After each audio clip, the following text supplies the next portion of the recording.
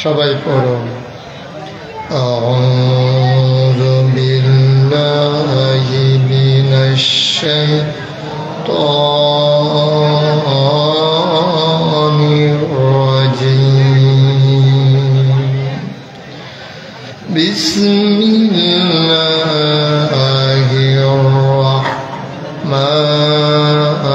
রাহমানির রাহিম। ইয়া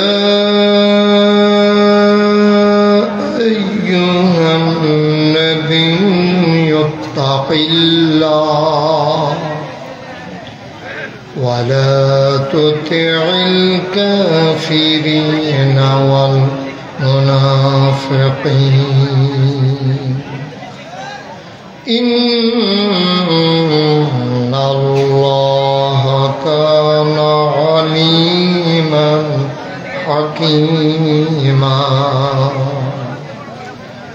واتبع ما يوحى إليك من ربك إن الله كان بما تعملون خبيرا وتوكل على الله وكفى بالله وكيلا إن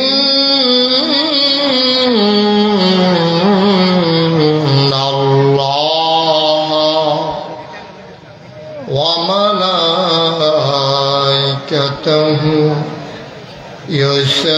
يصلون على النبي يا أيها الذين آمنوا صلوا عليه وسلموا تسليما اللهم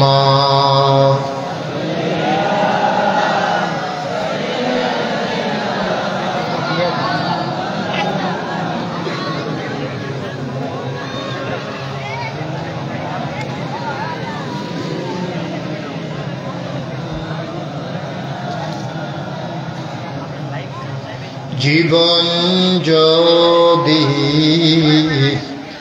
যায় চলে যাক ঈমান ছাড়া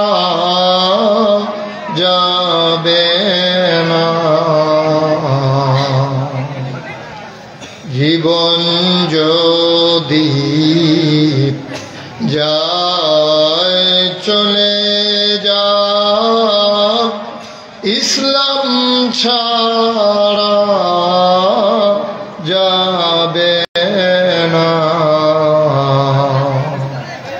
ঈমান যদি ছাড়ো বন্ধু ইসলাম যদি ছাড়ো বন্ধু আল্লাহর জান্নাত পাবে না। আল্লাহুম্মা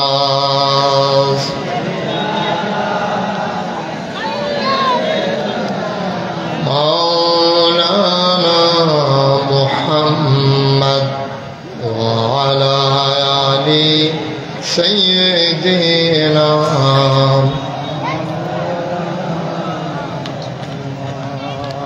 লা ইলাহা ইল্লাল্লাহ লা ইলাহা ইল্লাল্লাহ লা ইলাহা লা ইলাহা ইল্লাল্লাহ মুহাম্মাদুর রাসূলুল্লাহ সাল্লাল্লাহু আলাইহি ওয়াসাল্লাম। আল্লাহুম্মা সাল্লি ওয়া সাল্লিম ওয়া বারিক আলা আওয়াজটা নয়েজটা বন্ধ করে দেন। এই যে মাইকম্যান, একটা নয়েজ হচ্ছে, চিকন একটা নয়েজ, দ্বিতীয়বার একটা আওয়াজ হচ্ছে, এটা বন্ধ করেন। সবাই পড়ি আলহামদুলিল্লাহ। যে শীষ শীষ আওয়াজটা হচ্ছে, শীষ আওয়াজটা বন্ধ করে দেন। সবাই পড়ি, বুঝতে পারছেন আপনি? সবাই পড়ি আলহামদুলিল্লাহ। সবাই পড়েছেন? সবাই পড়লেই আওয়াজ হয়। সবাই জোরে পড়েন আলহামদুলিল্লাহ। আল্লাহ তাবারক ওয়া তাআলার দরবারে আমরা লাখ কোটি শুকরিয়া জ্ঞাপন করছি, যিনি আমাদেরকে ঐতিহ্যবাহী ঐতিহ্যধন্য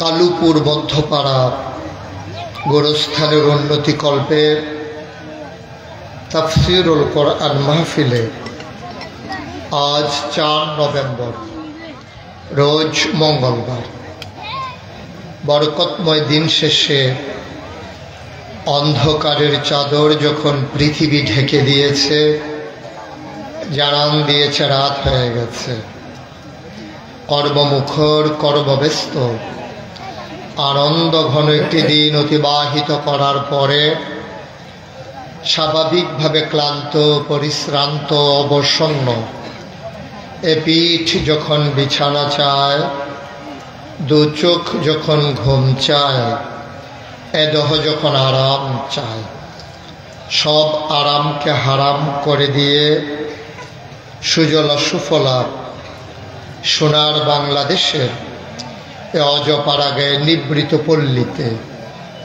যিনি আমাদেরকে এলাকার হাজার হাজার মানুষ থেকে যাচাই করে, বাছাই করে, করুণা করে, দয়া করে, মায়া করে, সকল প্রকারের ঝামেলা থেকে মুক্ত রেখে, অসুস্থতা থেকে সুস্থ রেখে আসার বসার কিছু কথা শোনার সুযোগ করে দিলেন। হৃদয়ের সবটুকুন আবেগ, উচ্ছ্বাস, ভালোবাসা, আপত্তি কাকতি বিনতি জমা করে মাবুদের শিখানো কালেমা দিয়ে চিৎকার করে সবাই পড়ি আলহামদুলিল্লাহ। জনাব সাহেবে সদর, আজকের এই মাহফিলের জনাব সভাপতি জনাব আলহাজ মোহাম্মদ আশরাফুল আলম রশিদ, আজকের মাহফিলে আমার পূর্বে কথা বলেছেন হৃদয়ের কাছের মানুষ, অভিন্ন হৃদয়াংশ, প্রিয় আলেমে দ্বীন মৌলানা ডক্টর তহা বিন জহুরুল ইসলাম, কথা বলেছেন মৌলানা মোহাম্মদ হাবিবুর রহমান। উপস্থিত এই এলাকার দিনদার আশিকিন মুহিব্বিন, বিভিন্ন মসজিদের ইমাম সাহেবান, উলামায়ে কিরাম, মুরব্বিয়ানে আযম, কলিজার টুকরা যুবকেরা, পর্দার আড়ালের মা ও বোনেরা, সবার প্রতি আমার আবারও আন্তরিক সশ্রদ্ধা সালাম। আসসালামু আলাইকুম ওয়া রাহমাতুল্লাহি ওয়া বারাকাতুহু। আপনাদের চাপাইয়ে আমার জীবনে প্রথম আসা। আপনাদের এলাকার মাহফিলের নিয়ম কানুন আমি জানি না, কিন্তু এইভাবে আমার দুই পার্শ্বে লোক দাঁড়িয়ে থাকার কোনো সিস্টেম নাই। একজন লোকও দাঁড়াই থাকা যাবে না। আর এই বাচ্চাগুলোকে এখান থেকে সরাইতে হবে। এত ছোট বাচ্চা সামনে দিয়ে বসাইছেন কেন? এই বাচ্চাগুলোকে এখান থেকে সরান, আনলে একেবারে চুপ করাই দেন, একটা শব্দ হবে না। আপনি সরেন এখান থেকে, এটা নিয়ে যান, একটু পরে পরে এটা পরে যান। আপনি একবার আরাম করে বসেন, পা নামাইয়া বসেন একবারে। এরকম করতেছেন কেন বৈশা বৈশা এখানে? দয়া করে একজন লোকও দাঁড়াই থাকা যাবে না, হয় বসবেন নাহলে চলে যাবেন। কথা বুঝেন নাই? গেটের পাশে যারা, এই যে আপনি কানটুপি পরে রাখছেন, আপনি এই শীতের ভিতরে এই কানটুপি পরছেন, ভালো শীতে কি পরবেন আপনি? শীত তো শুরুই হয় নাই।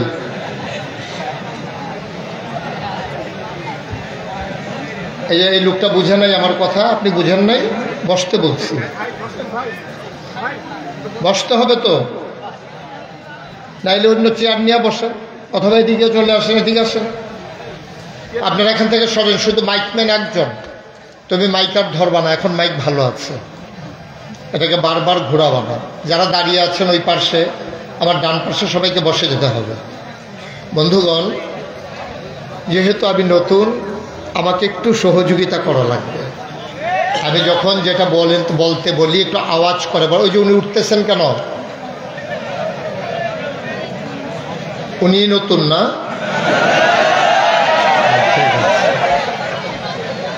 একটু বসাই দেন।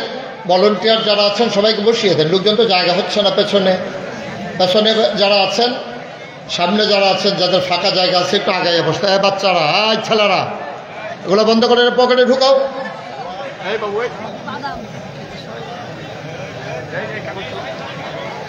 জি, আমরা শুরু করি ইনশাআল্লাহ। সবাই পড়ি আলহামদুলিল্লাহ। কি কথা হয়েছিল? আস্তে না জোরে? আপনি একবার আরাম করে বসেন, নিচে বসেন, পা নামাই দিয়ে বসেন, আরাম করে। মাহফিলের মাঝ দিয়ে কেউ সামনে দিয়ে হাঁটাহাঁটি করবেন না। এই যে 77 বসেন, আপনি ওইভাবে বসেন, একবারে নিচে করে বসেন। জি, সবাই পড়ি আলহামদুলিল্লাহ। জোরে আরেকটু কমাও মাইকটা, আওয়াজটা শীষ দিচ্ছে। এত চিকন করছো কেন আওয়াজ? ওকে, ফাইন, ঠিক আছে। সবাই পড়ি আলহামদুলিল্লাহ, বলি সুবহানাল্লাহ, আল্লাহু আকবার। শুকরিয়া আদায় করলাম কার? করব কার? করে যাব কার? লস না লাভ? কম না বেশি? প্রমাণ আছে নাকি নাই? আমার আল্লাহ রাব্বুল আলামিন কোরআনুল কারীমে কত সুন্দর করে ওয়াজ করে দিলেন। আল্লাহ বলেন, লা ইন শাকারতুম লা আযীদান্নাকুম। ও দুনিয়ার মানুষ, নিয়ামত পেয়ে যদি শুকরিয়া আদায় করবে, যেই নিয়ামত পেয়ে শুকরিয়া আদায় করবে, শুকরিয়া আদায়ের কারণে ওই নিয়ামত আমার আল্লাহ আরো বহুত গুণে বাড়িয়ে দেবেন। বলেন সুবহানাল্লাহ। আমার আল্লাহ যা বলেন তা করেন নাকি করেন না? কম কম না বেশি বেশি? প্রমাণ আছে নাকি নাই? কোরআনুল কারীমে 30 পারায় সূরা বুরুজের শেষ অংশে আল্লাহ কত সুন্দর করে ওয়াজ করে দিলেন। আল্লাহ বলেন, ফাআলুল লিমা ইউরিদ। আমার আল্লাহ এমন আল্লাহ, তার যা মন চায় ওই কাজটাকে আমার আল্লাহ বেশি বেশি করে দেন। বলেন সুবহানাল্লাহ। আমার আল্লাহ দুনিয়ার মানুষের মতো না। দুনিয়ার মানুষ বলে একটা, করে আর একটা, ঠিক কিনা? দুনিয়ার মানুষ অসুখে পড়লে একরকম, ভালো হয়ে গেলে আরেক রকম, বিপদে পড়লে একরকম, বিপদ দূর হয়ে গেলে আরেক রকম, নদী পার হওয়ার আগে একরকম, নদী পার হয়ে গেলে আরেক রকম, নির্বাচনে দাঁড়াইলে একরকম, পাশ করার পরে আরেক রকম, ঠিক কিনা? মুসলমান মন দিয়ে শোনো, আমার আল্লাহ রাব্বুল আলামিন তিনি যা বলেন তিনি তাই করে দেন। তিনি কখনো ওয়াদা খেলাফ করেন না। ওয়াদা খেলাফ করা আমার আল্লাহর জন্য শোভাও পায় না। তিনি নিজেই নিজের ব্যাপারে ওয়াজ করে দিলেন। আল্লাহ বলেন, ইন্নাকা লা তুখলিফুল মিআদ। আমার আল্লাহ এমন আল্লাহ, তিনি যা ওয়াদা করেন, ওয়াদার খেলাফ করা আমার আল্লাহর জন্য শোভা পায় না। বলেন সুবহানাল্লাহ। এই আল্লাহ আছেন নাকি নাই? ছিলেন নাকি ছিলেন না? থাকবেন নাকি থাকবেন না? আমার এই আল্লাহ কয়জন? জোরে কন, আর জোরে, মধুর সুরে সবাই মিলে অন প্রাণ উজাড় করে গলা ছেড়ে দিয়ে মধুমাখা কণ্ঠে আকাশ বাতাস কাঁপিয়ে দিয়ে রাতের নিস্তব্ধতা ছিন্ন করে কালুপুরের জমিন কাঁপিয়ে দিয়ে সবাই মিলে চিৎকার করে, চলো আল্লাহকে জানিয়ে দেই মাওলা ও রব্বে করিম, তুমি লাম ইয়ালিদ ওয়ালাম ইউলাদ ওয়ালাম ইয়াকুল লাহু কুফুয়ান আহাদ, তিনি কারো থেকে জন্ম নেন নাই, কাউকে জন্ম দেন নাই। ও বন্ধু, দুনিয়ায় পীরের মতো পীর হয়, নেতার মতো নেতা হয়, মন্ত্রীর মতো মন্ত্রী হয়, এমপির মতো এমপি হয়, আমার আল্লাহর কি মতো হয়? আমার আল্লাহর কি নমুনা হয়? আমার আল্লাহর কি ডুপ্লিকেট হয়? আমার এই আল্লাহ কয়জন?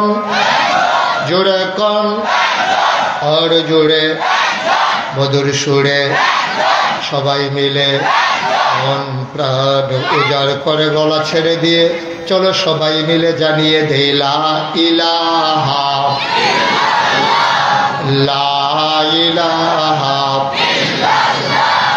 লা ইলাহা ইল্লাল্লাহ লা ইলাহা আসমান জমিন গায়রুল্লাহ, পাহাড় পর্বত গায়রুল, আসমান জমিন গায়রুল্লাহ, পাহাড় পর্বত গায়রুল্লাহ, শুধু তুমি মাবুদ এক আল্লাহ, লা ইলাহা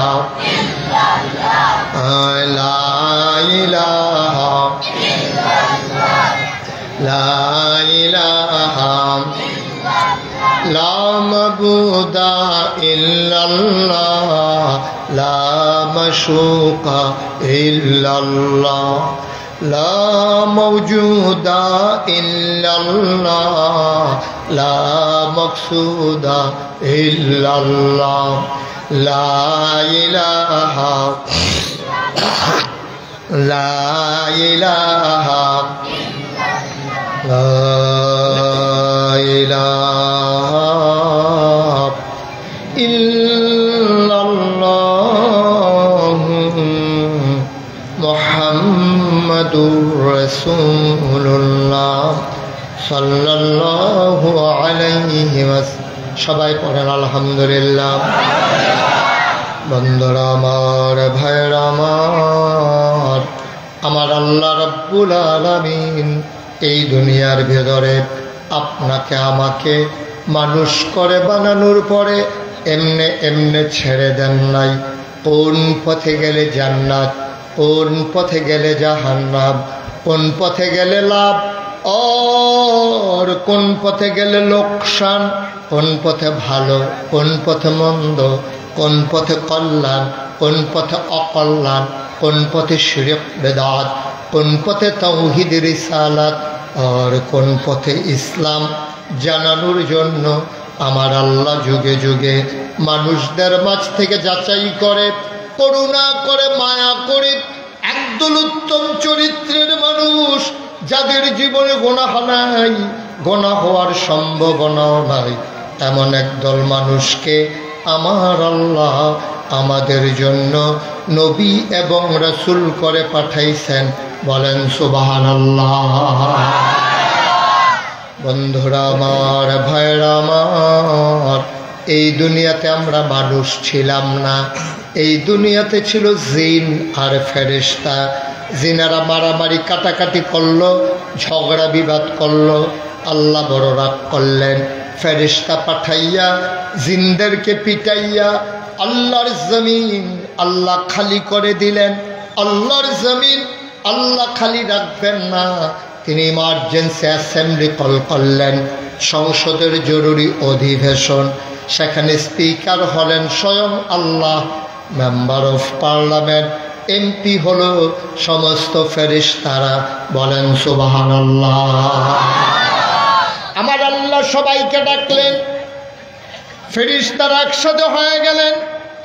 আল্লাহ তাবারক ওয়া তাআলার কাছে জানতে চাইলেন, মাওলা রব্বা কারীম, কেন ইমার্জেন্সি অ্যাসেম্বলি কল করেছেন, কেন আমাদেরকে ডেকেছেন? আলোচনা হয়েছে লক্ষ কোটি বছর আগে, আমরা কালুপুরের মানুষ, আমরা যেন জানতে পারি ১৫০০ বছর আগে আমার আল্লাহ আলোচনার আলোচ্য বিষয়টুকুন কোরআনুল কারীমে ১৫০০ বছর আগে নবী মুহাম্মদুর রাসূলুল্লাহ সাল্লাল্লাহু আলাইহি ওয়াসাল্লাম, নবীর নাম শুনলে কি পড়তে হয়? দুই একবার না বারবার? দুই একদিন না প্রতিদিন? দুই এক সপ্তাহ না প্রতি সপ্তাহ? দুই এক মাস না ১২ মাস? দুই এক বছর না সারা জীবন? আমরা পড়ব সাল্লাল্লাহু আলাইহি ওয়াসাল্লাম। সবাই কোন আমিন? বন্ধুরা আমার, ভাইরা আমার, আমার আল্লাহ রাব্বুল আলামিন ফেরেশতাদেরকে ডাকলেন। ফেরেশতারা জানতে চাইলেন, মাওলা কেন আপনি ইমার্জেন্সি অ্যাসেম্বলি কল করেছেন, কেন ডেকেছেন? আল্লাহ তাবারক ওয়া তাআলা লক্ষ কোটি বছর আগে মানুষ বানানোর আগে আলোচনায় এনেছেন। আমরা অনেকেই পারি, অনেকেই জানি। চলেন সবাই মিলে পড়ি। কোরআনে ঢোকার আগে মারদুদ শয়তান থেকে ফানাহ চাই, যিনি রহমান যিনি রহিম, তার নামে চলেন শুরু করি, সবাই পড়ি। আউযু বিল্লাহি মিনাশ শাইতানির রাজীম। বিসমিল্লাহির রাহমানির রাহিম। ইন্নী জাইলুন ফিল আরদি খলিফা।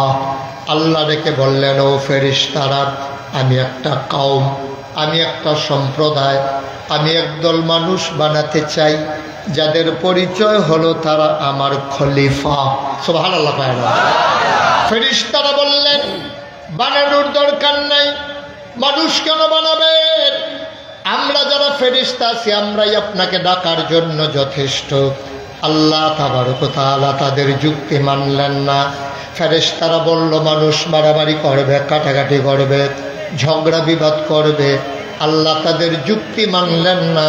আল্লাহ ঘোষণা করে দিলেন, ইন্নী আ'লামু মা লা তা'লামুন, আমি যা জানি তোমরা তা জানো না। বলেন সুবহানাল্লাহ। মানুষ বানানো হয়ে গেল। এখন প্রশ্ন হলো, মানুষ আল্লাহর কি কাজে লাগে? কালুপুর জমিনে এই সুন্দর একটা প্যান্ডেল করেছেন, সামান্য একটা প্যান্ডেল। তাকিয়ে দেখেন ডাইনে সামনে পেছনে, এই প্যান্ডেল টানাতে অসংখ্য খুঁটি ব্যবহার করা হয়েছে, ধরনার বাঁশ দেওয়া হয়েছে, রশির বাঁধ দেওয়া হয়েছে। তারপরে একটু বাতাস আসলে সব লণ্ডভণ্ড হয়ে যাবে। এটুকু একটা সামিয়ানা টানাইতে যদি এত খুঁটি লাগানো লাগে, খোলা আকাশের নিচে দাঁড়িয়ে কখনো তাকিয়ে দেখেছেন নাকি? এ বিশাল বড় আকাশ আল্লাহ বানালেন, অথচ একটা খুঁটিও আবার আল্লাহ ব্যবহার করেন নাই, ঠিক কিনা? এটা আওয়াজ দিয়ে বলা যায় না? যারা মঞ্চে আছে তারা না বসলেও চলবে না? মঞ্চে যারা বসে আছে ওনারা যে বৈশা রয়েছে ঘুমায় নাই, এটাই তো বেশি নাকি? আওয়াজ দেওয়া লাগবে তো। বলেন সুবহানাল্লাহ। বলছে আমি কিন্তু অনেক মাহফিলে মঞ্চে বৈশা কথা বলে না কেন, এই জন্য মঞ্চের থেকে নামাইয়া নিচের থেকে বলে যারা তাদেরকে উঠাইয়া নিয়ে বসাইছি। সুতরাং খুব সাবধানে আওয়াজ করে বললেন, আল্লাহ যেন কবুল করে। সবাই করে আমিন। প্যান্ডেল তো ভরে যাওয়ারই কথা, ভরেই গেছে, পূর্ণ হয়ে গেছে। যাদের সামনে অনেক ফাঁকা জায়গা আছে এই একটু আগে যাবো। সেটা বাচ্চাগুলো তো মারাত্মক বিরক্ত করতেছে আমাকে, তোমরা এইদিকে এই দেশের দিক তাকাইতেছো কেন? এই জন্য আসছো মাহফিলে? কয়বার বলছি শুধু আমার দিকে তাকাই থাকবা? কেন আসছো মাহফিলে? বিরক্ত করার জন্য? একজন এদিক সেদিক তাকাবা না, শুধু সামনের দিকে তাকাই থাকবা। যাদের সামনে ফাঁকা জায়গা আছে একটু আগাইয়া বসেন, পেছনের লোক জায়গা হচ্ছে না। আল্লাহ যেন সবাইকে বসার সুযোগ দান করে। যারা আগাইয়া বসবে তার আগাইয়া বসার কারণে তার ভাই যখন জায়গা পাবে, আল্লাহ যেন জান্নাতে তার ভাইয়ের জন্য এবং আপনাদের জন্য সবার জন্য একটু জায়গা ছেড়ে দেয়। সবাই কোন আপনি? আহা, তোমরা বলছিলাম ওই দিকে তাকাইতে, শুধু আমার দিকে তাকাই থাকবে। এত ছোট বাচ্চা, ওরা তো বুঝেও না। ওই যে কথা বলতেছে দুইজন, এত কথার ভিতর দিয়েও কথা বলতেছে। আপনি একটু সামনে এসে বসেন, এদিক দিয়ে একজন সামনে আসেন, আপনি আসেন সামনে, ওই যে মাঝে এসে বসেন। বাচ্চারা কথা বলতে দিয়েন না, একটু আসেন সামনে, এই ফাঁকে বসেন। হ্যাঁ, জায়গা দেবো নাকে। হ্যাঁ, যদি কেউ কথা বলে আপনি বুঝে বুঝে না করে দিয়েন, আর যদি না না শুনে তাহলে অন্য কিছু করবেন। সবাই পড়ে না আমিন? আরো জোরে। আর জন্যাই তুমি আর একবারও দাঁড়াবা না, রেকর্ড হোক অথবা না হোক, তুমি আর মোবাইল ধরার জন্য দাঁড়াবা না। ওকে? আপনারা ক্যামেরাম্যান যারা আছেন, ইউটিউবার, আমি মারাত্মক বিরক্ত হই এটাতে। কেউ দয়া করে দাঁড়াবেন না, রেকর্ড হলেও ভালো না হলেও ভালো, কোনো সমস্যা নেই। আল্লাহ যেন কবুল করে, সবাই করে আমিন। এই যে এত বড় আকাশ বানালেন আল্লাহ, কোথাও খুঁটি আছে? কথা বলেন আছে? আমি তো মোটামুটি বাংলাদেশে অনেক জায়গায় গিয়েছি। আমি খাগড়াছড়ি একবার গিয়েছিলাম মাহফিলে। ওখানকার যিনি এমপি, উনি আমাকে বললেন যে হুজুর, সারা বাংলাদেশের সবচেয়ে উঁচু যে পাহাড় তার নাম হইল আলুটিলা। ওই আলুটিলার উপরে টাইনদং, যেটা আপনি আরে কি বলছে কেওকারাডাং, সেই তাই এই আলুটিলা, ওটা কি আপনি দেখতে চান? আমি বললাম শুনলাম এটা নাকি অনেক উঁচু। জি হুজুর অনেক উঁচু, আমাদের লোক আছে প্রশিক্ষিত, ওরা আপনাকে ধরে ধরে উঠাবে। যেই কথা সেই কাজ, আমাকে ওঠানো শুরু হলো। আমি অনেক উপরে উঠলাম, উঠে দেখলাম আকাশের মেঘগুলো যেন হাত দিয়ে ছোঁয়া যায়। আমি এদিক সেই দিক খুঁজতেছিলাম। এমপি সাহেব আমাকে বললেন, হুজুর কি খুঁজতেছেন?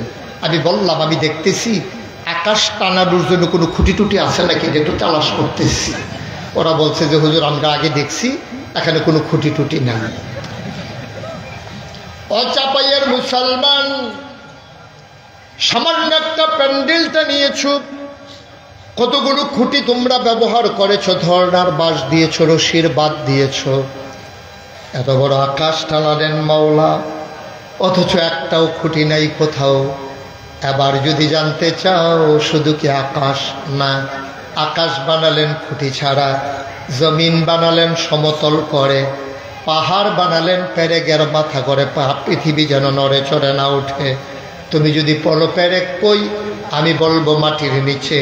তুমি যদি বলো পেরেকের মাথা কই, আমি বলবো খাগড়াছড়ি, বান্দরবন, রাঙ্গামাটি, ময়নামতি ক্যান্টনমেন্ট, ময়মনসিংহের গারো পাহাড়। সব খুঁজে খুঁজে দেখো, ওই যে পাহাড়, ওইগুলো পাহাড় না, ওইগুলাই পেরেকের মাথা। আকাশ বানালো খুঁটি ছাড়া, জমিন বানালো সমতল করে, পাহাড় বানালো পেরেকের মাথা করে। শুধু কি তাই? কলো কলো বেগে বয়ে যাওয়া নদী, নদীর ভিতরে পানি, পানির ভিতরে মাছ, নদীর কিনারে গাছ, গাছের ভিতরে ফুল, ফুলের পরে ফল, নারিকেল গাছের মাথায় ডাব, ডাবের ভিতরে শরবত, আখের ভিতরে রস। সুবহানাল্লাহ কয় না? সব যিনি বানালেন, আমরা মাওলাকে জানতে চাই, ও রব্ব করিম, আপনি কেন মানুষ বানিয়েছেন? আকাশ বানাতে মানুষ নেন নাই, নদী কাটতে মানুষের সাহায্য নেন নাই, পূবের সূর্য পশ্চিমে নিতে মানুষ লাগে না, আর উত্তরের হিমেল হাওয়া নিতে মানুষ লাগে না। কেন আপনি মানুষ বানিয়েছেন? আল্লাহ কয়, ও বান্দা, আমি কেন মানুষ বানিয়েছি জানতে চাও? কোরআন খুলো, কোরআন পড়ো, কোরআন বুঝো। আল কোরআনের ভেতরে ১,৫০০ বছর আগে আমি আল্লাহ বলে দিয়েছি আমি কেন মানুষ বানিয়েছি। বলেন সুবহানাল্লাহ।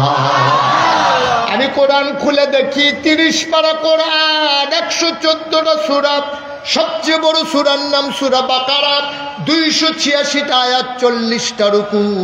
আমি 2-1 পৃষ্ঠা পাঠ করে অপর পৃষ্ঠায় যখন গেলাম, দেখি আল্লাহ কোরআনুল কারিমে কত সুন্দর করে আল্লাহ ওয়াজ করে দিলেন, ইয়া আইয়ুহান নাসু উবুদু রাব্বাকুম আল্লাযী খালাকাকুম ওয়াল্লাযীনা মিন ক্বাবলিকুম লাআল্লাকুম তাত্তাকুন। ও দুনিয়ার মানুষ, তোমরা জানতে চাও আমি কেন মানুষ বানিয়েছি? উবুদু, তোমরা ইবাদত করো। আমি বলি কার? রব্বাকুম, যিনি তোমাদের রব। আমি বলি রব কে? রব চিনো না? যিনি তোমার সৃষ্টিকর্তা, পালনকর্তা, জীবনদাতা, বিধানদাতা, হায়াতদাতা, মৌতদাতা, রিজিকদাতা, যিনি রহমান, যিনি রহিম, যিনি সত্তার, যিনি গাফফার, যিনি আইয়ুব, যিনি ওয়াদুদ, সুবহানাল্লাহ, তিনি তোমার রব, যিনি তোমার সব, সুবহানাল্লাহ কয় না? রব তো তিনি, সৃষ্টি করেছেন যিনি, রব তো তিনি, যিনি মালিক, যিনি খালেক। ও মুসলমান, তুমি যদি বলো খালেক মানে কি, আমি বলবো সৃষ্টিকর্তা। তুমি যদি বলো মালিক মানে কি, আমি বলবো রাজাদিরাজ। তুমি বলো সত্তার, আমি বলবো যিনি ঢেকে রাখেন গোনা। তুমি যদি বলো আইয়ুব, যিনি পর্দা দিয়ে রাখেন। তুমি যদি বলো ওয়াদুদ মানে কি, আমি বলবো প্রেমময়। কিন্তু তুমি যদি বলো রব মানে কি, পৃথিবীর যত বড় বড় মনীষী অতিবাহিত হয়েছেন, যত ডিকশনারি লেখা হয়েছে, রব কারে কয় এক শব্দ রব বুঝিয়ে বলা যাবে না। রব কারে কয়, একবার যদি জানতে চাও রব কারে কয়, কমপক্ষে 5টা লাইন লাগবে রব বুঝাইতে, ঠিক কিনা? এই যে ভাই, এই যে ভাই, এই ডোরা কাটা গেঞ্জি, এই যে দিকে তাকান, উঠছেন কেন?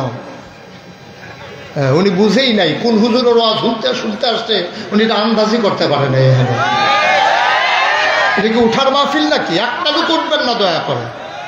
একেবারে পিন পতন নিস্তব্ধতার মাঝে কথা হবে, খরগোশের মতো কান খাড়া করে, মাছের মতো নিষ্পলক নয়নে আমরা কথা শুনবো ইনশাআল্লাহ। আল্লাহ যেন কবুল করে, সবাই পড়ে আমিন। তাইলে এক শব্দে খালেক বোঝানো যায়, মালেক বোঝানো যায়, সত্তার বোঝানো যায়। কিন্তু আপনি যদি বলেন রব কারে কয়, রব বুঝাইতে গেলে কমপক্ষে 5টা লাইন লাগবে। কয় লাইন? কথা কন, কয় লাইন? আমি একটা একটা করে বলি আর আপনি গনে যাবেন। বান্দার যা দরকার, রব কারে কয় আমরা বুঝাইতেছি। রব কারে কয়? বান্দার যা দরকার। বান্দা মানি কারা? আমরা। আমাদের যা দরকার, কয় লাইন হলো? আপনারা গনে গনে যাবেন, আমি লাইন বলে যাব, আপনারা 1-2 বলে যাবেন। বান্দার যা দরকার, দরকারি জিনিসটা দরকারের সময় পরিমাণ মতো চাওয়ার আগে। আবার আমরা, হ্যাঁ, বান্দার যা দরকার, দরকারি জিনিসটা দরকারের সময় পরিমাণ মতো চাওয়ার আগে যিনি দিয়ে দেন তিনি হইলেন রব। আপনার কি দরকার আপনি নিজেও জানেন না। আপনার কি দরকার আপনি নিজেও জানেন না। কখন দরকার তাও জানেন না। কি পরিমাণে দরকার তাও জানেন না। ওই দরকারি জিনিসটাকে চাওয়ার আগে আপনি চাওয়াও লাগে না। আল্লাহ জানেন কখন দরকার। ওই দরকারি জিনিসটা দরকারের সময় চাওয়ার আগে পরিমাণ মতো যিনি দিয়ে দেন তিনি হইলেন রব। বলেন সুবহানাল্লাহ। আচ্ছা, এখন যদি বলেন যে হুজুর এমন কি জিনিস যে আমার দরকার আমি জানি না, এমন জিনিসও আছে? হ্যাঁ আছে, এমন জিনিসও আছে। আপনার যা দরকার আপনি নিজেও জানেন না। আপনি দুনিয়াতে এমনি এমনি আসেন নাই। আপনার আব্বা আপনার আম্মা যখন বিবাহ বন্ধনে আবদ্ধ হয়েছে, মধুর ভাসর ঘরে যখন তাদেরকে দেওয়া হয়েছে, মধুর মিলনে যারা যখন লিপ্ত হয়েছে, বাবার পিঠ থেকে মায়ের বুক থেকে 2 ফোঁটা পানি সবেগে নির্গত হয়ে মায়ের ইন্টেন্সিভ কেয়ার মায়ের সুরক্ষিত দুর্গ, মায়ের রেহেমের ভিতরে 2 ফোঁটা পানি একসাথে হয়ে গেল। মেডিকেল সায়েন্স বলে পিতার পানির ভিতরে থাকে শুক্রাণু, মায়ের পানির ভিতরে থাকে ডিম্বাণু। শুক্রাণু ডিম্বাণুর মিলনে জীবনের পয়দা হয়। তারা যখন মধুর মিলনে লিপ্ত হলো, বাবার পিঠ থেকে আর মায়ের বুক থেকে সবেকে নির্গত হয়ে মায়ের রেহেমের ভিতরে ইন্টেন্সিভ কেয়ারে 2 ফোঁটা পানি ঢুকে গেল। ফোঁটা পানি হয়ে গেল ফোঁটা রক্ত, ফোঁটা রক্ত হয়ে গেল টুকরা গোস্ত, টুকরা গোস্ত প্রলম্বিত হলো, আস্তে আস্তে বড় হলো, নাক হলো, মুখ হলো, চোখ হলো, কান হলো। এবার আল্লাহ ফুক দিয়ে তোমার ভিতরে রূহ ঢুকিয়ে দিলেন, আল্লাহ ফুকে দিলেন রূহ। এবার তোমার চোখের পলক পড়ে, তোমার হাত নড়ে, তোমার হাঁটু মায়ের কলিজায় গুঁতা মারে, তুমি আবার মানুষ হয়ে যাচ্ছ তিল তিল করে। তোমার ভিতরে রূহ দেওয়া হয়ে গেল, তুমি আস্তে আস্তে বড় হচ্ছ। এখন তোমার খাবারের দরকার, তোমার বাবাও জানে না তুমি খাবা কি, তোমার মাও জানে না তুমি খাবা কি। তোমার মায়ের পেটের ভিতরে দিয়া তোমার বাবা চলে গেছেন বিদেশে, বাড়ির সব খবর নেয় তুমি পেটের ভিতরে কি খাও। তোমার আব্বা একবারও ফোন দিয়ে জিজ্ঞেস করে না। তোমার মা রান্না করে, ঘরের সবাই দেখাশোনা করে, কিন্তু পেটের বাচ্চা খাবে কি মায়ের খবর নাই। তুমি তো বলতেও পারো না, তুমি তিল তিল করে বড় হও, তোমার খাবারের দরকার, বাবার খবর নাই, মায়ের খবর নাই। আল্লাহ বলে তোমাদের খবরের দরকারও নাই, বান্দা আমার চিন্তাও আমার। বান্দা কার কথা না, বান্দা কার? বান্দা আমার চিন্তাও আমার। মোবাইল দেখে পকেটে ঢুকার। বান্দা আমার চিন্তাও আমার। বান্দা খাবে কি এই চিন্তা মা করা লাগবে না, বাবা করা লাগবে না, আমি করতেছি। বান্দা নিজেও জানে না, মাও জানে না, বাবাও জানে না কখন দরকার, কি পরিমাণ দরকার, কি দরকার। চাওয়ার আগে ওই আল্লাহ রাব্বুল আলামিন মায়ের নাভির সাথে সন্তানের নাভির কানেকশন লাগাইয়া মায়ের যে রক্তটা বের হয়ে যেত মাসে মাসে, ওই রক্তটাকে বন্ধ করে আল্লাহ নাভি দিয়া কানেকশন লাগাইয়া সন্তানের পেটে ঢুকিয়ে দিলেন। এই জন্যই তিনি রব। বলেন সুবহানাল্লাহ। তুমি মায়ের পেটের ভিতরে কি খাবা এই চিন্তাও যিনি করেন তিনি হইলেন রব। আবার বলো দেখি, তাইলে আমাকে তোমাকে যিনি বানালেন তিনি কে? তাইলে আমি আল্লাহর, আপনি আল্লাহর, আমরা সবাই আল্লাহর। এই জমিন কার? জোরে পায় না কার? তুমি আমি কার? জমিন কার? তাহলে আবার স্পষ্ট করে বলে দাও, তুমি আমার, তুমি আমি আল্লাহর, জমিন আল্লাহর। এই জমিনের ভেতরে বিধান চলবে কার? আমি আল্লাহর, তুমিও আল্লাহর, এই জমিন আল্লাহর। সুতরাং এই জমিনে যদি বাঁচতে চাও, জমিনে যদি শান্তি চাও, জমিন যদি এগিয়ে নিয়ে যেতে চাও, অশান্তির দাবানল থেকে শান্তির হিল্লোল যদি বহিয়ে দিতে চাও, গোটা পৃথিবীতে শান্তি যদি ফিরিয়ে দিতে চাও, তাহলে যেতে হবে যার কাছে, তার নাম হচ্ছে আল্লাহর বিধান, কুরআনুল কারীম। ঠিক কিনা বলো? আর বাইরে যাওয়ার কোনো সুযোগ নেই। সবাই রাজি আছেন ইনশাআল্লাহ?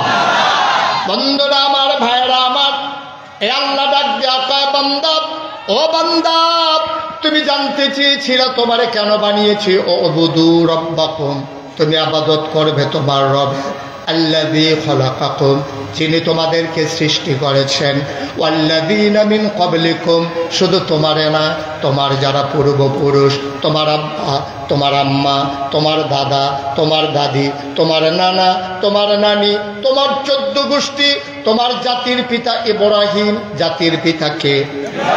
কথা কয় না কে? গত 17 বছর কত মানুষকে জাতির পিতা মুখস্থ করাইতে চাইছে, ঠিক কিনা? পাঠ্যপুস্তকে, মিছিলে, স্লোগানে, দেয়াল লিখন করে, টেলিভিশনে, ইলেকট্রনিক্স মিডিয়ায়, প্রিন্ট মিডিয়ায়, সোশ্যাল মিডিয়ার মাধ্যমে কতভাবে জাতির পিতা হিসাবে মুখস্থ করানো চেয়েছে। আমার বাংলার মুসলমান সহ পৃথিবীর 200 কোটি মুসলমান জাতির পিতা হিসাবে ইব্রাহিম ছাড়া আর কাউকে মানে না, ঠিক কিনা বলে? আমাদের জাতির পিতার কি নাম?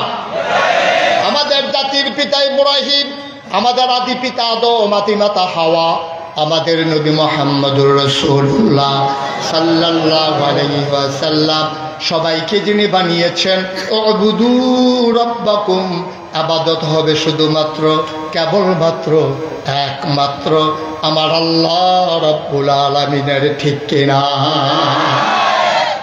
সবাই একমত হয়ে গেলে ইবাদত হবে কার? কথা কয় না দেখি কার? তাইলে যদি বলেন যে ইবাদত হবে আল্লাহর, তাইলে বাংলাদেশে মাজারের ভিতরে সাজদা দেয় কে? কে দেয় সাজদা? আমাদের ভিতরে একদল মানুষই তো আছে যারা মাঝারে গিয়া সাজদা দেয়, দেয় নাকি দেয় না? মাজারের ভিতরে সাজদা দেয়, পীরের পায়ের ভিতরে সাজদা দেয়, পীরের পায়ের ভিতরে চুমু খায়, পীরের গোসলের পানি খায়। নাউজুবিল্লাহ বলবেন না? তাইলে ইবাদত হবে শুধুমাত্র। এভাবে একজন একজন করে উঠলে তো ওয়াজ হবে না। কতক্ষণ হয়েছে আসার নামাজ হয়েছে? বিরক্ত করতেছেন কেন?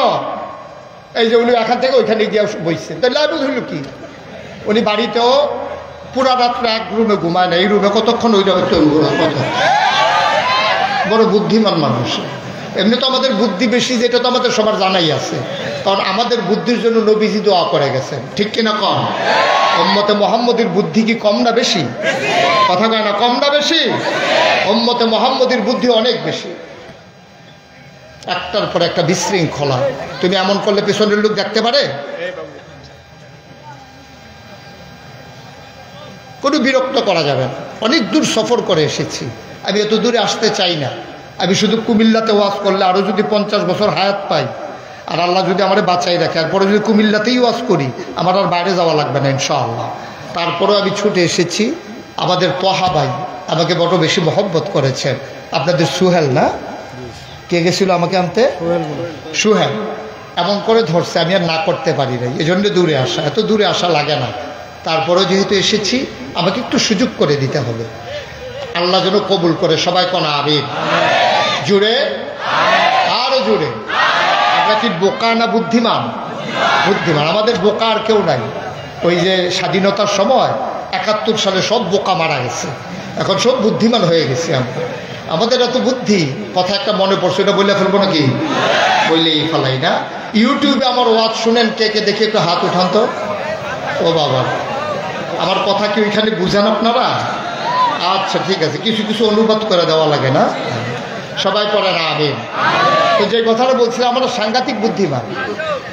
এই এই পৃথিবীতে একজন বড় শাসক ছিল, অত্যাচারী শাসক, সাংঘাতিক অত্যাচারী। অনেক আলেমকে হত্যা করেছে, অনেক মানুষকে গুম করেছে। আপনারা মনে করছেন আমি একজন মহিলার নাম বলবো না? না, এটা পুরুষের ভিতরে একজন পাওয়া গেছে। ওনার নাম ছিল হাজ্জাজ বিন ইউসুফ। কি নাম? কথা বলে হাজ্জাজ বিন ইউসুফ একজন বড় শাসক। তিনি খুব অত্যাচারী শাসক ছিলেন। উনি অনেক মানুষকে হত্যা করছেন, অনেক মানুষকে গুম করেছেন, অনেক আলেমকে তিনি হত্যা করেছেন। তো ওনার ওয়াইফ, ওনার স্ত্রী একদিন ওনাকে বলতেছে যে আপনি তো বড় খারাপ মানুষ, আপনার সাথে সংসার করতেছি, কারণ বাচ্চা কাচ্চা হয়ে গেছে, এখন আর যাবো কই, এই জন্য আপনার সাথে সংসার করতেছি, আপনি কিন্তু সাংঘাতিক খারাপ মানুষ। উনি মনে খুব কষ্ট পাইলেন। মানুষ খারাপ কয়, আমার ওয়াইফ শুদ্ধ আমারে খারাপ কয়, আজব কারবার তো দেখি। উনি বললেন আমি কি বেশি খারাপ? নাইলে আপনি রাস্তায় গিয়া ছদ্মবেশে আপনার পরিচয় না দিয়া, আপনি কোনো মাস্ক লাগাইয়া একটু ঘুইরা দেখেন আপনারা মানুষ কি কয়। তখন এই লোক মনে করলো ঠিক আছে, আমি একটু যাচাই করে আসি। মনে করেন আসছে আপনাদের কালুপুর আইসা, কালুপুর না, কালুপুরে আসছে। আইসা দেখে যে এক লোক ভিক্ষা করতেছে। তো উনি গিয়া বলতেছে, ওনার সামনে এসে একজন বলতেছে ভাই ভিক্ষুক, আইসা বলতেছে ভাই যা পারেন কিছু ভিক্ষা দিয়ে। তো বাদশাহ হাজ্জাজ বিন ইউসুফ যে সে ভিক্ষুক তো আর চিনে না। তো ভিক্ষুক আইসা হাজ্জাজ বিন ইউসুফের কাছে যখন ভিক্ষা চাইছে, তো হাজ্জাজ বিন ইউসুফ বলতেছে তুমি যে ভিক্ষা চাইতেছ, তুমি কি জানো এই দেশের যে রাজা ওনার কি নাম?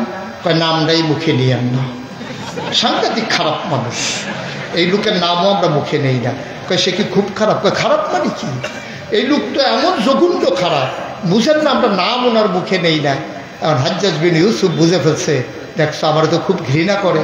তা হাজ্জাজ বিন ইউসুফ বলতেছে আচ্ছা তুমি যখন বললা যে হাজ্জাজ বিন ইউসুফ খুব খারাপ মানুষ, রাজা বাদশাহ, খুব খারাপ মানুষ, উনি যদি তোমার সামনে দাঁড়ায় জিজ্ঞেস করে যে উনি কেমন মানুষ, তখন তুমি কি বলবা?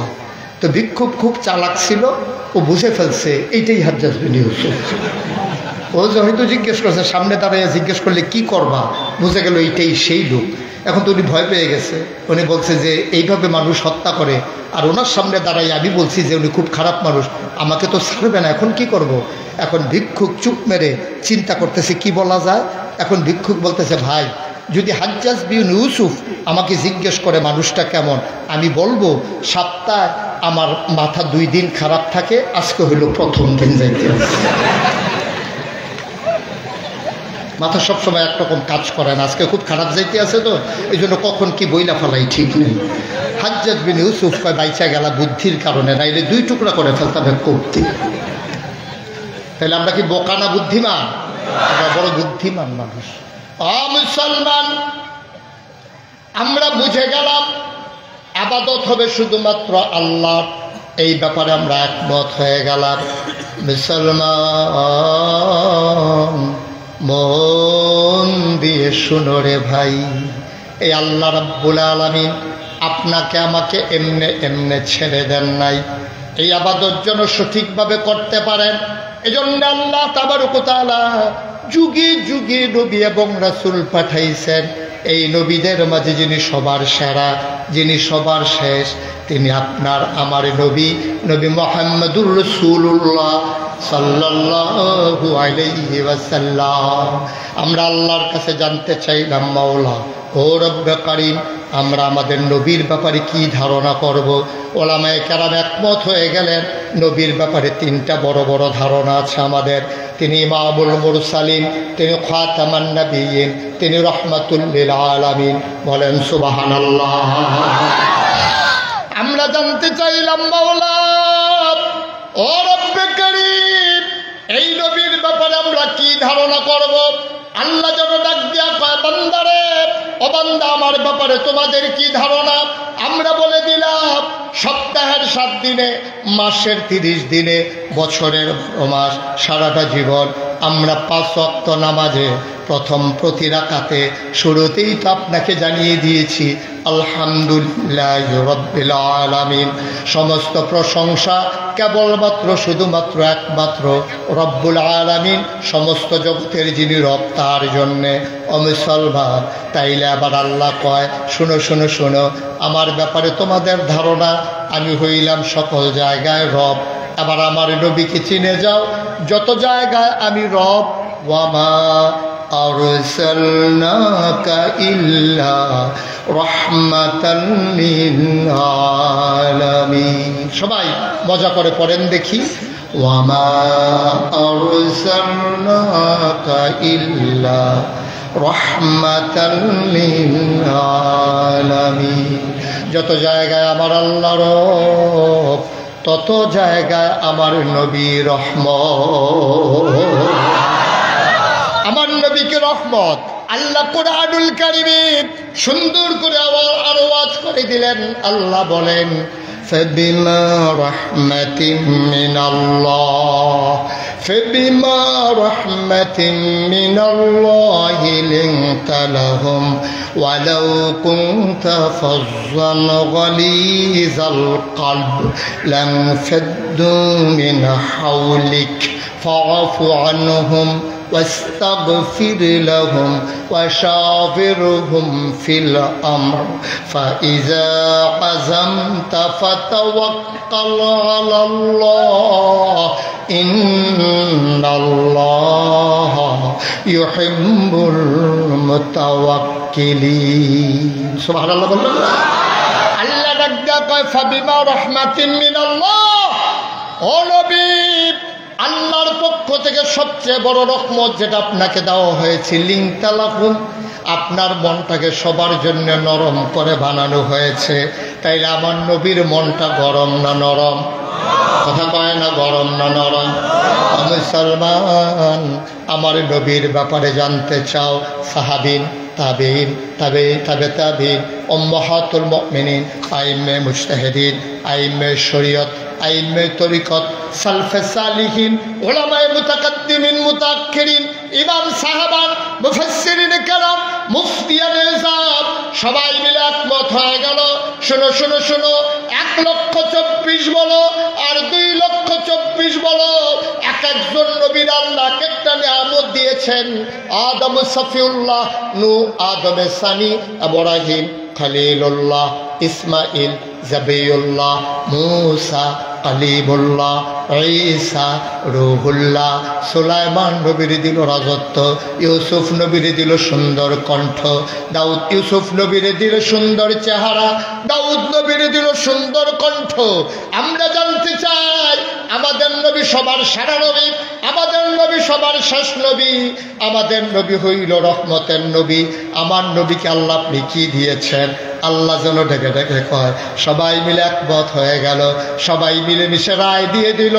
1,24,000 বলো আর 2,24,000 বলো, সকল নবী এবং রাসূল মিলে যা আমার নবীজি একাই তা।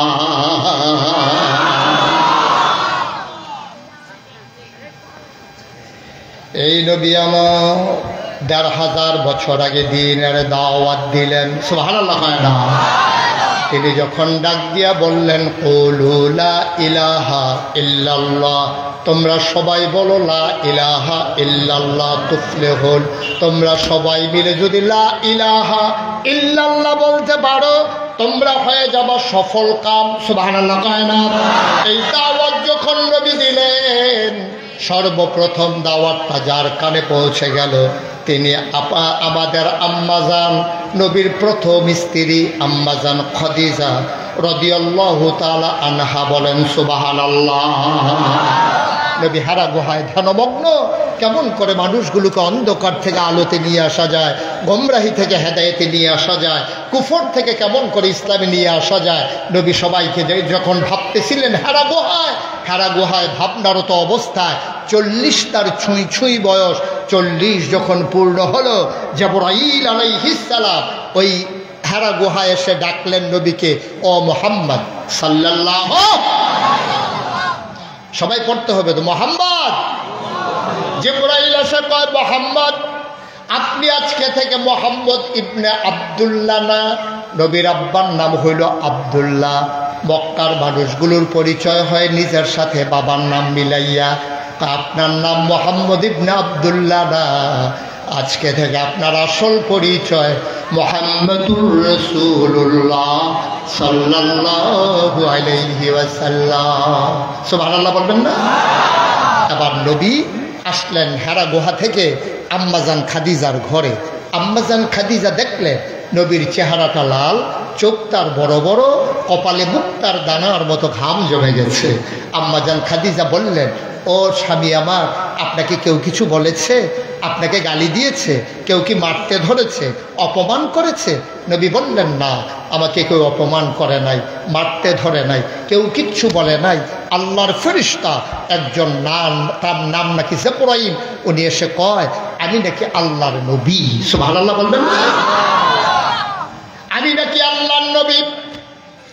আম্মাজান খাদিজা নবীজিকে যখন বিয়ে করেন তখন নবীর বয়স 25, এখন নবীর বয়স 40, তখন আম্মাজান খাদিজার 40, এখন আম্মাজান খাদিজা 55, নবী 40, খাদিজার বয়স 55। আম্মাজান খাদিজা রাদিয়াল্লাহু তাআলা আনহা, আম্মাজান খাদিজার কাছে নবী যখন বললেন আমি নাকি নবী, তখন পর্যন্ত নবীজি 15 বছর সংসার করে ফেলেছেন। নবী কি দেখা আম্মাজান খাদিজার কাছে যেই প্রথম বললেন আমি নাকি নবী, আম্মাজান খাদিজা দ্বিতীয় কোনো প্রশ্ন করলেন না। কে বানাইল নবী, কবে থেকে নবী, কার জন্য নবী, কতদিন থাকবে নবী, একটাও প্রশ্ন করলেন না। আম্মাজান খাদিজা সাথে সাথে রায় দিয়ে দিলেন, অবশ্যই আপনি নবী। 15 বছর সংসার করার পরে দেইখা শুইনা চইলা ফিরা বুইজা একলগে থাইকা একলগে ঘুমাইয়া চইলা ফিরা নবীর ইনসান আউট, নবীর ভিতর বাহির কোনো কিছু আম্মাজান খাদিজার কাছে গোপন ছিল না। তিনি কেমনে ঘুমান, কেমনে খান, কেমনে কথা বলেন, কি ধরনের ব্যবহার তার, সব কিছু যাই না শুই না চইলা ফিরা বুইজা শুই না আম্মাজান খাদিজা দ্বিতীয় একটা প্রশ্ন করলেন না। নবী বললেন আমি নবী, আর আম্মাজান খাদিজা বললেন অবশ্যই আপনি নবী, আর আপনি হলেন নবী, আমি হইলাম আপনার প্রথম অনুসারী। সুবহানাল্লাহ বলবেন। আমাদেরও তো স্ত্রী আছে, আছে নাকি নাই? আমরাও তো যারা বিয়ে করেছেন তাদের স্ত্রী আছে। আজকে মাহফিল থেকে বাড়িতে যাওয়ার পরে আপনি গিয়া বলবেন যে কুমিল্লার একজন পীর সাহেব আসছে মুশতাক ফয়েজি, উনি আমাকে বইলা গেছে আমি নাকি ওলি। এটা গিয়ে বাড়িতে আপনার ওয়াইফকে বলবেন যে হুজুর বইলা গেছে আমি নাকি আল্লাহর ওলি। আপনার ওয়াইফ আপনাকে ওলি মানে না, ঠিক কিনা কন? আপনার ওয়াইফ কি বলবে জানে? আপনার ওয়াইফ বলবে বালিশ নিয়ে বারান্দায় শৈলা যান, আল্লাহর ওলি আইছে, বিড়ির গন্ধে লগে হাঁটা যায় না আল্লাহর ওলি। আপনার ওয়াইফ আপনাকে আল্লাহর ওলি মানে না। যেই সংসার করতে গিয়া আপনি ঘর উঠাইতে গিয়া জুমার নামাজ পর্যন্ত কাজা করেছেন, ঠিক কিনা কন? আপনি সংসার করে আল্লাহ ভুলে গেছেন। আপনি সংসার করে সুদে টাকা লাগাইছে, আপনি ঘুষ খাইয়া টাকা বানাইছে, আপনি ঘরের ভিতরে টাকার পাহাড় জমাইছে। আপনি মনে করেছেন আপনার স্ত্রী আপনার পক্ষের লোক। আপনি গিয়া বলেন যে আমি নাকি অলি। আপনার বিবি আপনাকে অলি মানে না, কারণ আপনার ইনসেন আউট, আপনার ভিতর বাহির স্বভাব চরিত্র সব উনি জানে। উনি যাই না শুই না আপনার অলি মানে না, ঠিক কিনা কন? যে বাংলাদেশে দেখছেন না অনেক বড় বড় পীর সাহেব, এই পীর সাহেবের কাছে অনেকে মুরিদ হয়, কিন্তু ওনার ওয়াইফ কোনোদিন ওনার কাছে মুরিদ হয় না। উনি দুঃখ কইরা বউয়ের লোকে কইতে আছে, কত মানুষ আমার কাছে মুড়ি দইল, তুমি আমার কাছে মুড়ি দইলা না। ওনারা তো জানে না, আমি তো জানি আপনার কারবার, আমি তো জানি আপনার কারবার। ভাইয়েরা আমার, নবীজি কেমন নবী আমার। 15টা বছর সংসার করার পরে আম্মাজান খাদিজাকে অবশ্যই আপনি নবী। আল্লাহর নবী চমকে উঠলেন, থমকে দাঁড়ালেন, আশ্চর্যান্বিত হয়ে গেলেন। তুমি কেমন করে বুঝলা আমি নবী? আম্মাজান খাদিজা কয় আপনার ভিতরে অনেকগুলা গুণ দেখেছি, যেই গুণগুলো আমি মক্কায় কোনো মানুষের মাঝে দেখি নাই। আপনি কখনো অভাবী মানুষকে খালি ফিরাই দেন না, আপনি কখনো আত্মীয়তার সম্পর্ক ছিন্ন করেন না, আপনি কখনো আমানতের খেয়ানত করেন না, আপনি কখনো ওয়াদা খেলাফ করেন না, মানুষের বোঝা আপনি বহন করে নিয়ে যান, আপনি এতিমকে ধাক্কা দিয়ে ফিরাই দেন না। আপনার মাঝে অনেক গুণ, যেই গুণগুলো আমি মক্কার কোনো মানুষের মাঝে দেখি নাই। তা আপনি নবী হবেন না তো কে নবী হবে? বলেন সুবহানাল্লাহ। আপনি সাধারণ কোনো মানুষ না। আমি আর আগে 2 বার বিয়ে বসেছি, আমি স্বামীর সংসার কারে কয় সব বুঝে নিয়েছি। আপনাকে বিয়ে করা আমার কোনো দরকার ছিল না। কেন আপনাকে বিয়ে করলাম আপনি তো বুঝেন নাই। 25 বছর বয়সে আপনাকে যখন আমার ব্যবসার পার্টনার বানিয়ে নিলাম, আমার ছিল পুঁজি, ইনভেস্টমেন্ট আমার, আর শ্রম ছিল আপনার। সিরিয়াকে আপনাকে পাঠিয়ে দিলাম, গোলাম দিয়েছিলাম, খাদেমা দিয়েছিলাম আপনার সাথে দেখার জন্য আপনি কেমন। ওদের কাছে আমি জানতে পেরেছি আপনার মতো মানুষ নাকি হয় না, কাজ সবাই ভাগ করে নিয়েছে। আপনিও নাকি কাজ করেছেন। আপনি যখন ওই জমিনের উপর দিয়ে হাঁটতেন দুপুরবেলা, প্রচণ্ড রোদ যখন আপনার মাথার উপরে পড়ে, আপনি নাকি রোদের মাঝে হেঁটে যান, আপনার মাথায় গরম লাগে না। সবাই অবাক বিস্ময়ে তাকিয়ে দেখেছে আপনি রোদের মাঝে দিয়ে হেঁটে যান, আর আকাশের মেঘের টুকরা আপনার মাথার উপরে ছায়া দিয়া দিয়া যায়।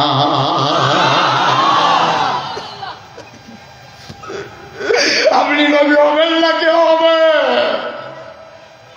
আপনি যখন মরুভূমির উপর দিয়ে হাঁটেন, এবড়ো থেবড়ো কোনা বের হওয়া পাথরগুলো যখন আপনার পায়ের নিচে পড়ে যায়, আপনি হরদমসে হেঁটে যান, আপনি পা বাড়িয়ে হেঁটে যান, আপনি একবারের জন্য ব্যথা পান না।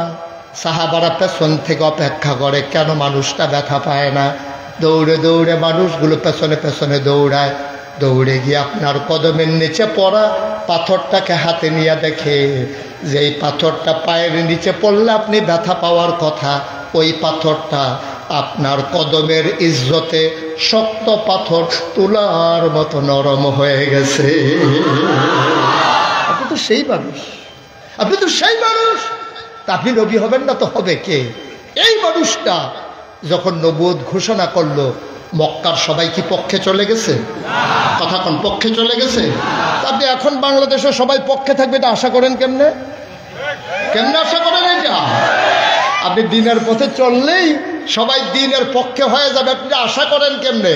আপনি মনে রাখবেন, সেই ১৫০০ বছর আগে দ্বীনের যারা অনুসারী হয়েছিল, তৎকালীন কাফেররা যেমন ছেড়ে দেয় নাই, আজকে যারা দ্বীনের পথে চলতে চান, আল্লাহর জমিনে আল্লাহর দ্বীন কায়েম করতে চান, মনে রাখবেন এই পথে আসার আগে সিদ্ধান্ত নিতে হবে। মামলা হবে, হামলা হবে, জেল জুলুম নির্যাতন হবে, প্রয়োজনে জীবন দেওয়া যাবে, ঈমান দেওয়া যাবে না। রাজি আছো কিনা? হাত তুলে দেখা।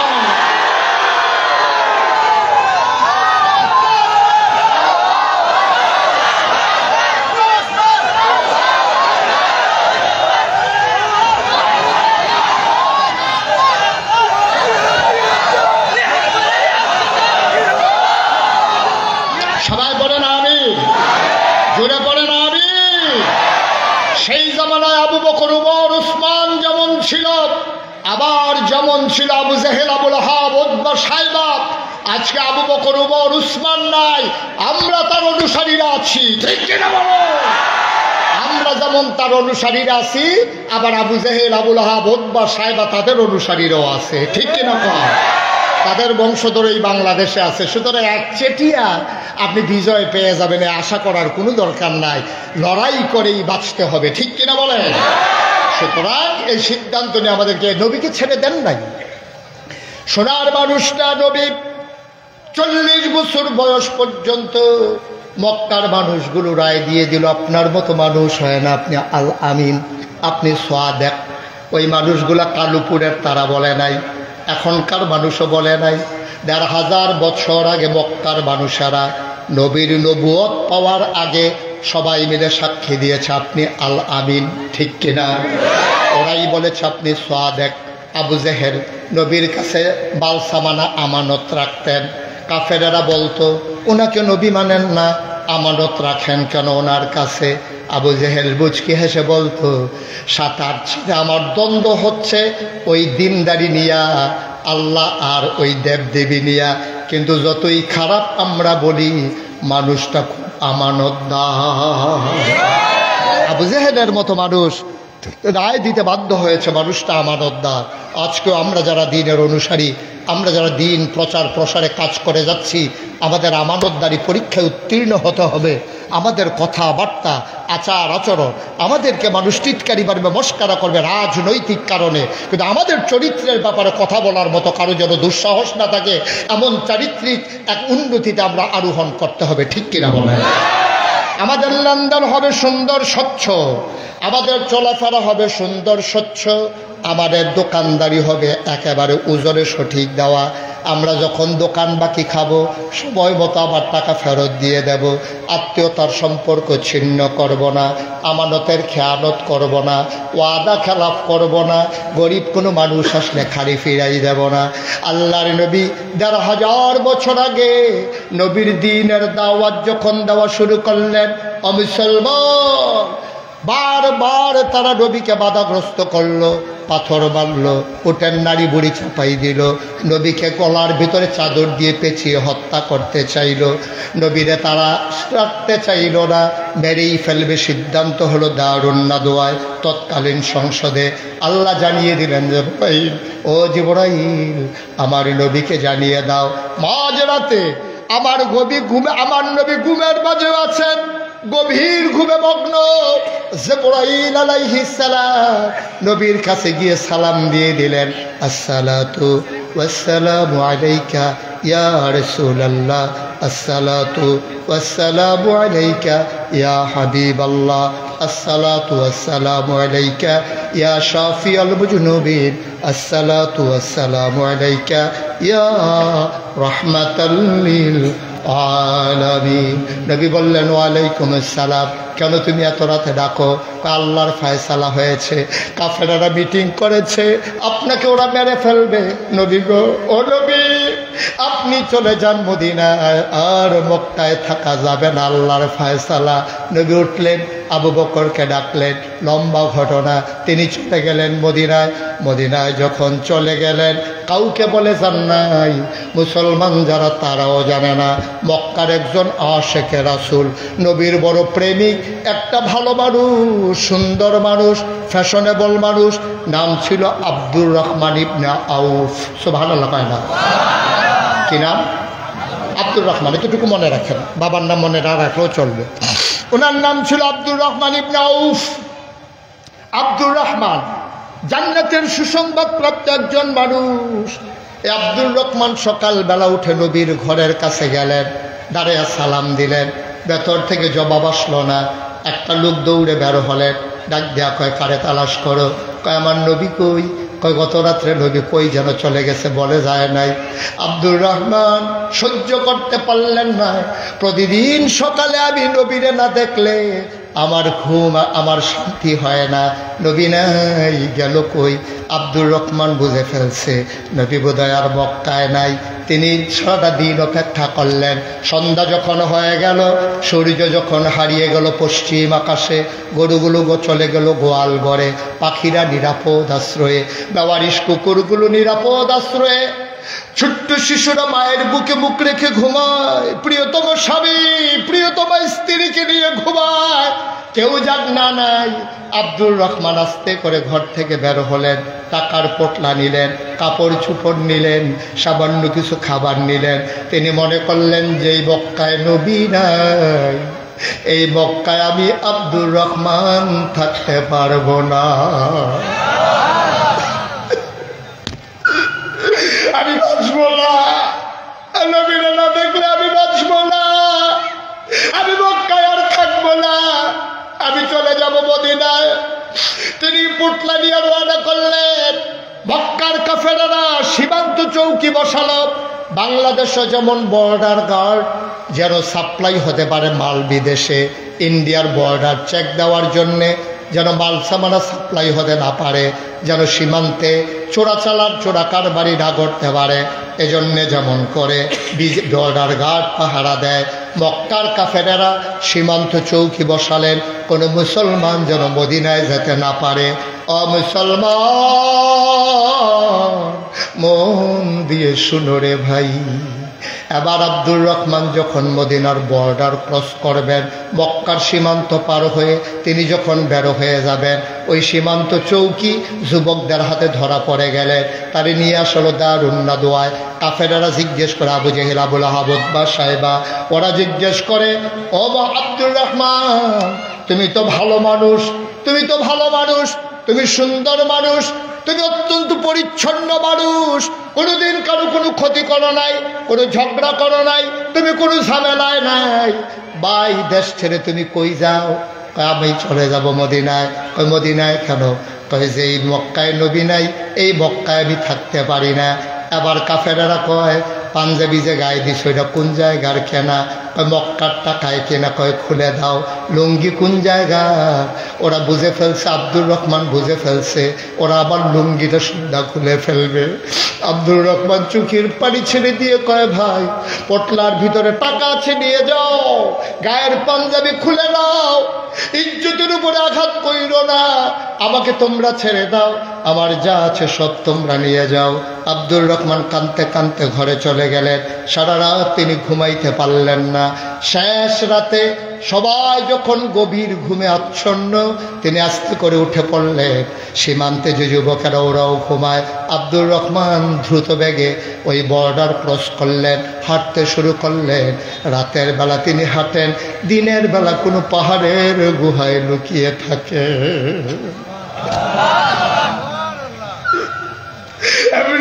ইসলাম পাও নাই, ইসলাম পাও নাই, রক্তের বিনিময়ে, জীবনের বিনিময়ে, ঘামের বিনিময়ে ইসলাম বড় কষ্টের ইসলাম আব্বা, এমনি এমনি ইসলাম পাও নাই রে ভাই।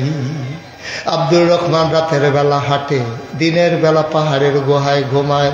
হাঁটতে হাঁটতে ঘুরতে ঘুরতে খাওয়া নাই, গোসল নাই, ঘুম নাই, চোখ তার চলে গেছে গর্তে, গালের হাড্ডি বের হয়ে গেছে, পরনে কাপড় নাই, ধরা পড়ে যাবে এই ভয়ে কাপড়ও আনতে পারে নাই। দিন যায় রাত যায়, পথ আর ফুরায় না। একদিন শেষ রাত্রে তিনি একটা খেজুর বাগানে গিয়ে লুকালেন, সারাদিন থাকবেন, সকালবেলা আবার হাঁটবেন। একেবারে সুবহি সাদেক পার হয়ে সূর্য উদয় হবে, ফজরের ওয়াক্ত যখন হয়ে গেল, খেজুর বাগানে বসে বসে আব্দুর রহমান শুনলেন কে যেন মসজিদের মিনার থেকে ডাকে, হাইয়া আলাস সালাহ, হাইয়া আলাল ফালাহ। আব্দুর রহমান বুঝলেন আমি বোধহয় মদিনা সীমান্তে চলে এসেছি। তিনি আবার বের হয়ে দিলেন দৌড়, দৌড়ে দৌড়ে দৌড়ে দৌড়ে মসজিদের কিনারে গেলেন। ঠান্ডা পানি দিয়ে ওযু করে তিনি মসজিদের এক কোনায় বসে রইলেন। উনিও কাউরে চিনে না, ওনারেও কেউ চিনে না। নবীজি ঢুকলেন, নামাজ শুরু হয়ে গেল। নামাজ শেষ হয়ে গেল, নবী আবার ঘুরে বসলেন সাহাবাদের দিকে। নবীর একটা অভ্যাস ছিল, নামাজ শেষ করে সবার দিকে ঘুরে বসে খোঁজ খবর নিতেন। তিনি যখন ঘুরে বসলেন, ঘুরে বসার পরে তিনি তাকাইয়া দেখলেন কোনার ভিতরে একটা মানুষ বসে আছে, গায়ে কাপড় চোপড় নাই, চোখ তার গর্তে, গালের হাড্ডি বের হয়ে গেছে, একেবারে পাঁজরের হাড়গুলা পর্যন্ত গোনা যায়। আমার নবী বললেন ওই কোনায় একটা মানুষ দেখা যায়, কে রে? মক্কায় আমার একটা আদরের সাহাবা ছিল, নাম ছিল আব্দুর রহমান। মক্কায় একটা পাগল সাহাবা ছিল, আমার নাম ছিল তার আব্দুর রহমান। সে বড় পাগল ছিল, তার মক্কায় রেখে আমি চলে এসেছি। মানুষটা দেখতে তো আমার আব্দুর রহমানের মতো। কে এইটা? দাঁড়াও দেখি। আব্দুর রহমান আস্তে করে দাঁড়াইয়া চোখের পানি ছেড়ে দিয়ে কয়, নবী গো, ও নবী, যারে দেখতে আব্দুর রহমানের মতো মনে হয় এটা আব্দুর রহমানের মতো না, আমি আপনার আব্দুর রহমান, আমি আপনার আব্দুর রহমান। আল্লাহর নবী কয়, কি সুন্দর চেহারা ছিল তোমার, চোখগুলো ছিল টানা টানা, ভাষা ভাষা, চোখ তো দেখি গড়তে চলে গেছে, হাড্ডি বের হয়ে গেছে, একেবারে ফজরের হাড় সহ গোনা যায়। আব্দুর রহমান, কে তোর এই অবস্থা বানাইল রে? আয় আয় আয়, আমার কাছে আয়। সাহাবারা রাস্তা করে দিলে আব্দুর রহমান মৃদু পায়ে নবীর দিকে হাঁটতেছেন। আল্লাহ নবী উঠে দাঁড়ালেন, হাত দুটো ছড়িয়ে দিলেন। আব্দুর রহমান মৃদু পায়ে গিয়ে আল্লাহ নবীর কাছে যখন গেলেন, নবী হাত দিয়া টেনে বুকের মাঝে জড়াইয়া ধরলেন। আব্দুর রহমানও নবীকে জড়িয়ে ধরেছেন। আব্দুর রহমানের চোখের পানি দিয়া নবীর বুক ভিজে যায়, নবীর চোখের পানি দিয়া আব্দুর রহমানের পিঠ ভিজে যায়। আব্দুর রহমান নবীর ছাড়ে না। কতদিন আমার নবীর আমি দেখি না, কতদিন কতদিন আমি দেখি না। আব্দুর রহমান হাউমাউ করে কাঁদেন, নাক দিয়ে ঘষে ঘষে নবীর গায়ের জান্নাতি নিতেছে, জান্নাতি গ্রান আমার নবীর গায়ে। আব্দুর রহমান নাক দিয়ে ঘষে ঘষে আমার নবীর জান্নাতি গ্রান নেয়। আল্লাহ নবীও ছাড়ে না, আব্দুর রহমানও ছাড়ে না। কিছুক্ষণ পর আব্দুর রহমান ডাক দেয়া কয়, নবী আমার, ও নবী, বলেন তো দেখি আমার অপরাধটা কি? কোনোদিন কাউরে ধমক দেই নাই, কোনোদিন কারো টাকা মেরে দেই নাই, কোনোদিন কারো উপর অত্যাচার করি নাই, কোনোদিন কেউ খালি হাতে আমার কাছ থেকে ফিরে যায় নাই, কোনোদিন আমি ঝগড়া করি নাই। ও নবী, ওরা আমার পাঞ্জাবিটা খুলে রেখে দিছে, ওরা আসতে দেয় নাই, ওরা আবার আসতে দেয় না, ওরা আটকে ফেলেছিল। আমি সারা রাতটা ঘুমাইয়া সাথে চুরি করে লুকাইয়া লুকাইয়া আমি মদিনায় এসেছি গো নবী। আমি ঘুমাইতে পারি নাই, আমি খাইতে পারি নাই। আমার অপরাধটা কি? আমি কি অন্যায় করেছিলাম? অত্যাচার করলো, কেন তারা আমাকে আটকে রাখলো? আল্লাহ নবী কান্দে আর কয়, আব্দুর রহমান, অপরাধ তো তোর আর আমার একটাই অপরাধ। আল্লাহ না কোরআনে বলেছেন অপরাধ কি আর আলাদা নাকি? যেই কারণে আমি নবী মক্কায় থাকতে পারলাম না। আমার জন্ম মক্কায়, আমার শৈশব মক্কায়, আমার কৈশোর মক্কায়, আমার তারুণ্য মক্কায়, আমার যৌবন মক্কায়, আমি বিয়ে করলাম মক্কায়, নিজের বাড়ি মক্কায়, শ্বশুর বাড়ি মক্কায়, ব্যবসা করলাম মক্কায়, লেনদেন করলাম মক্কায়, চললাম ফিরলাম মক্কায়, বংশধর সব আমার মক্কায়, আমি থাকতে পারলাম না মক্কায়। তোর আর আমার তো একটাই অপরাধ, যে কারণে আমি থাকতে পারলাম না, তুইও সেই কারণে থাকতে পারিস নাই। আব্দুর রহমান কই, ইয়া রাসূলুল্লাহ, আমাদের অপরাধটা কি? কোরআনুল কারীমে আল্লাহ তাবারক ওয়া তাআলা 30 পারায় সূরা বুরুজে কত সুন্দর করে আল্লাহ ওয়াজ করে দিলেন, ওয়া মা নাকামু মিনহুম ইল্লা আইয়ুমিনু বিল্লাহিল আজিজিল হামিদ। অপরাধ একটাই, কোনো অপরাধ নাই। তোমরা কারো সম্পদ লুণ্ঠন করো নাই, তোমরা চুরি করো নাই, তোমরা ডাকাতি করো নাই। অপরাধ তোমাদের একটাই, এক আল্লাহর উপরে আমরা ঈমান এনেছি, ঠিক কিনা? যেই অপরাধের কারণে ১,৫০০ বছর আগে আমার নবী মক্কায় থাকতে পারেন নাই, আব্দুর রহমানকে থাকতে দেওয়া হয় নাই, আবু বকর, উমর, উসমান আলী মক্কা ছেড়ে চলে আসা লাগলো। অপরাধ একটাই, ১,৫০০ বছর পরে আজকেও তারা নির্যাতনের শিকার, নিপীড়নের শিকার, মিথ্যা ট্রাইব্যুনাল দিয়া আমার নিরপরাধ মানুষগুলোকে একটাই অপরাধের কারণে ফাঁসি কাস্টে ঝুলানো হয়েছে। তারা এক আল্লাহর উপরে ঈমান এনেছে, ঠিক কিনা? কোন অপরাধ নাই, একটাই অপরাধ, এক আল্লাহর উপরে আমরা ঈমান এনেছি। ও মুসলমান, ঘটনা এখানেই শেষ না। এবার আল্লাহর নবী আব্দুর রহমানকে ছেড়ে দিলেন। কথা মনে আছে নাকি? আব্দুর রহমানকে ছেড়ে উঠে দাঁড়ালেন। আবার ডাক দেয়া কয়, ও মদিনার সাহাবারা, গত কিছুদিন আগে তোমাদের সবাইকে একজন একজন করে ভাই দিছিলাম, এখন তো আমার আব্দুর রহমান আসছে, কে তোমরা তারে দিনই ভাই বানাই নিয়ে যাবা?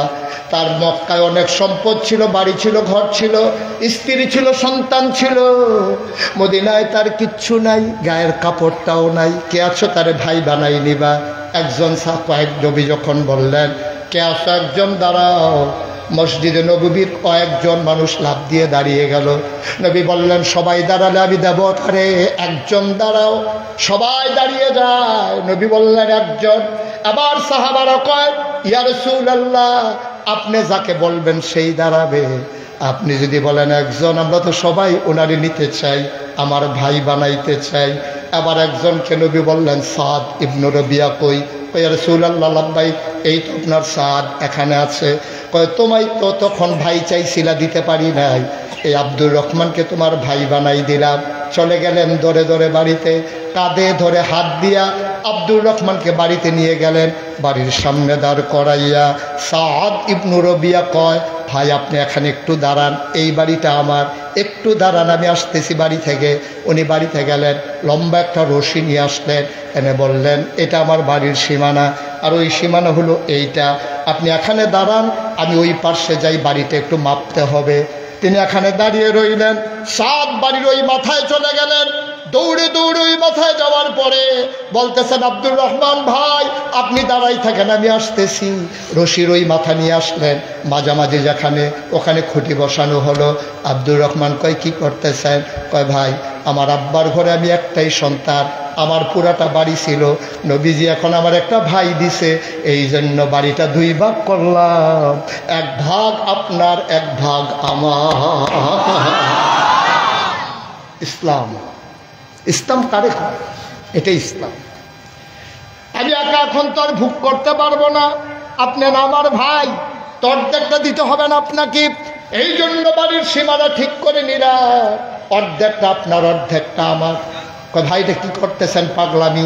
এটা পাগলামিতে এই নিয়ম, আপনি আমার দিনই ভাই, আপনি আমার কাছে অংশ পাও না। কয়, বুঝলাম বুঝলাম, চলেন আবার বাড়িতে যাই। কয়, ভাই জায়গা ভাগ হয়েছে, ঘর তো ভাগ হয় নাই, আমার বাড়িতে 2টা ঘর আছে, একটা আপনার একটা আমার। ঠিক আছে, আর কিচ্ছু লাগবে না, একটু বসেন, আমি ঘর থেকে আসি। আবার ঘরে গেলেন। সাদ ইবনে রাবিয়া, ওনার 2জন স্ত্রী ছিল, 2জন স্ত্রীকে তিনি ডাকলেন, ডেকে বললেন, আল্লাহ আমার একটা ভাই দিছে। আপনি ভাই পেলেন কই? আপনি না এক ছেলে আপনার বাবার ঘরে। কই নবী আমার আর একটা ভাই দিছে, বড় সুন্দর ভাই আব্দুর রহমান। এখন আমার ভাইয়ের মক্কায় সব ছিল, মদিনায় কিচ্ছু নাই। এখন বিয়ে করতে গেলে অনেক টাকা লাগবে। আমি 2 বউ নিয়ে ঘুমাবো, আমার ভাই বউ ছাড়া থাকবে, এটা কোন যায় মানে না। আমি চিন্তা করেছি আমার 1 বউ তালাক দিয়ে দেব, আমার 1 ভাই যেন কম খরচে বিয়ে করতে পারে। তোমাদের ভিতরে আমি একজনকে তালাক দিতে চাই। ছোট বউ বলে বড় বউকে দিয়ে দেন, আমি ছোট আছি, আপনার সাথে থাকি। এবার আব্দুর রহমান, ওই সাদ ইবনে রাবিয়া, কোরআনের সেই আয়াত মনে পড়ে গেল, লান তানালুল বিররা হাত্তা তুনফিকু মিম্মা তুহিব্বুন। আল্লাহকে যে ভালোবাসে সেই জিনিসটাই আল্লাহর ভালোবাসা পাওয়া যাবে যদি প্রিয় জিনিসটাকে কুরবানি দেওয়া যায়। ও ছোট বউ, তোমারে তো আমি বড় পছন্দ করি। আমি যদি তোমারে রেখে ওই পুরান বউকে, আগের বউকে তালাক দেই, তাইলে পছন্দেরটা আমি রাখলাম, আমার ভাইকে অপছন্দেরটা দিলাম, এটা হবে না। নিয়ত করেছি আমি আমার ভাইয়ের জন্য আমার ছোট বউকেই তালাক দিয়ে দেব। যেই কথা সেই কাজ, তালাক দিয়ে দেওয়া হলো। দৌড়ে দৌড়ে সাদ বাড়ির বাইরে গেলেন, গিয়ে বললেন, ভাই আব্দুর রহমান, ভাই আব্দুর রহমান, আপনি বউ ছাড়া থাকবেন, আমি 2 বউ নিয়ে ঘুমাবো, হবে না। আপনার জন্য বিবির ব্যবস্থা করেছি, কম খরচে বিয়ে হয়ে যাবে। কই পাইলেন? আমার 2জন বিবি, 1জন আমি তালাক দিয়ে ফেলেছি। বাড়ি ভাগ হলো, ঘর ভাগ হলো, বউ ভাগ হয়ে গেল। এবার আব্দুর রহমান ডাক সাদ ইবনে রাবিয়া কয়, আব্বা আমার কিছু টাকা পয়সা দিয়ে গেছিল, এইটাও চলেন ভাগ করে ফেলি। এবার আব্দুর রহমান খপ করে হাতের ভিতরে ধরলেন, আর আগাবেন না, আমি ব্যবসা ভালো বুঝি, শুধু বাজারটা একটু দেখাই দেন, দেখবেন আমি কয়েকদিনের ভিতরে আমার নবীর দোয়া আমার সাথে আছে, আমি ব্যবসা ভালো বুঝি, টাকা লাগবে না, শুধু বাজারটা দেখাই দেন, দেখবেন কয়েকদিনের ভিতরে আমি হয়ে যাব মদিনার সেরা ধনী। ইসলাম, এটার নাম ইসলাম। আমরা পারি, আমরা পারি এটা। শুধু আমি আমি আমি শুধু আমির বাইরে আমরা আমরাতে যেতে পারি না। খালি আমারে দাও, আমারে দাও, আমারে দাও, যা আছে সব আমার চাই, আমার ভাইয়ের দরকার নাই। ঠিক কিনা কও? আমরা নাদান হয়ে গেছি, নাদান, আমরা নাদান হয়ে গেছি, লুবি মানুষ হয়ে গেছি। আমার সামনে যেটা আছে এইটাও লাগবে, পাতিলার ভিতরে আছে ওইটাও লাগবে, ওই যেইটা আছে ওইটাও লাগবে। আমার দেশের মানুষের মাথা বিক্রি করে, রাজনীতি করে, ক্ষমতার মসনদে আরোহণ করে। তোমরা এই বাংলাদেশের মানুষের উপরে রাজনীতি করে এই বাংলাদেশের টাকাগুলো তোমরা পাচার করেছো মালয়েশিয়া আর কানাডার ভিতরে। ঠিক কিনা বলো? রাজনীতি করো বাংলাদেশে, সেকেন্ড হোম করো মালয়েশিয়া কানাডায়। আমি বলি যারা বাংলাদেশে রাজনীতি করে বাংলাদেশে থাকতে মন চায় না, বাংলাদেশে তাদের রাজনীতি করার কোনো অধিকার নাই। ঠিক কিনা বলো? চিকিৎসার জন্য দৌড় দাও বিদেশ, আরামের জন্য দৌড় দাও বিদেশ, তাহলে বাংলাদেশের মানুষের মাথা বিক্রি করে রাজনীতি করার দরকারটা কি তোমার? চলে যাও বিদেশ। ঠিক কিনা কম?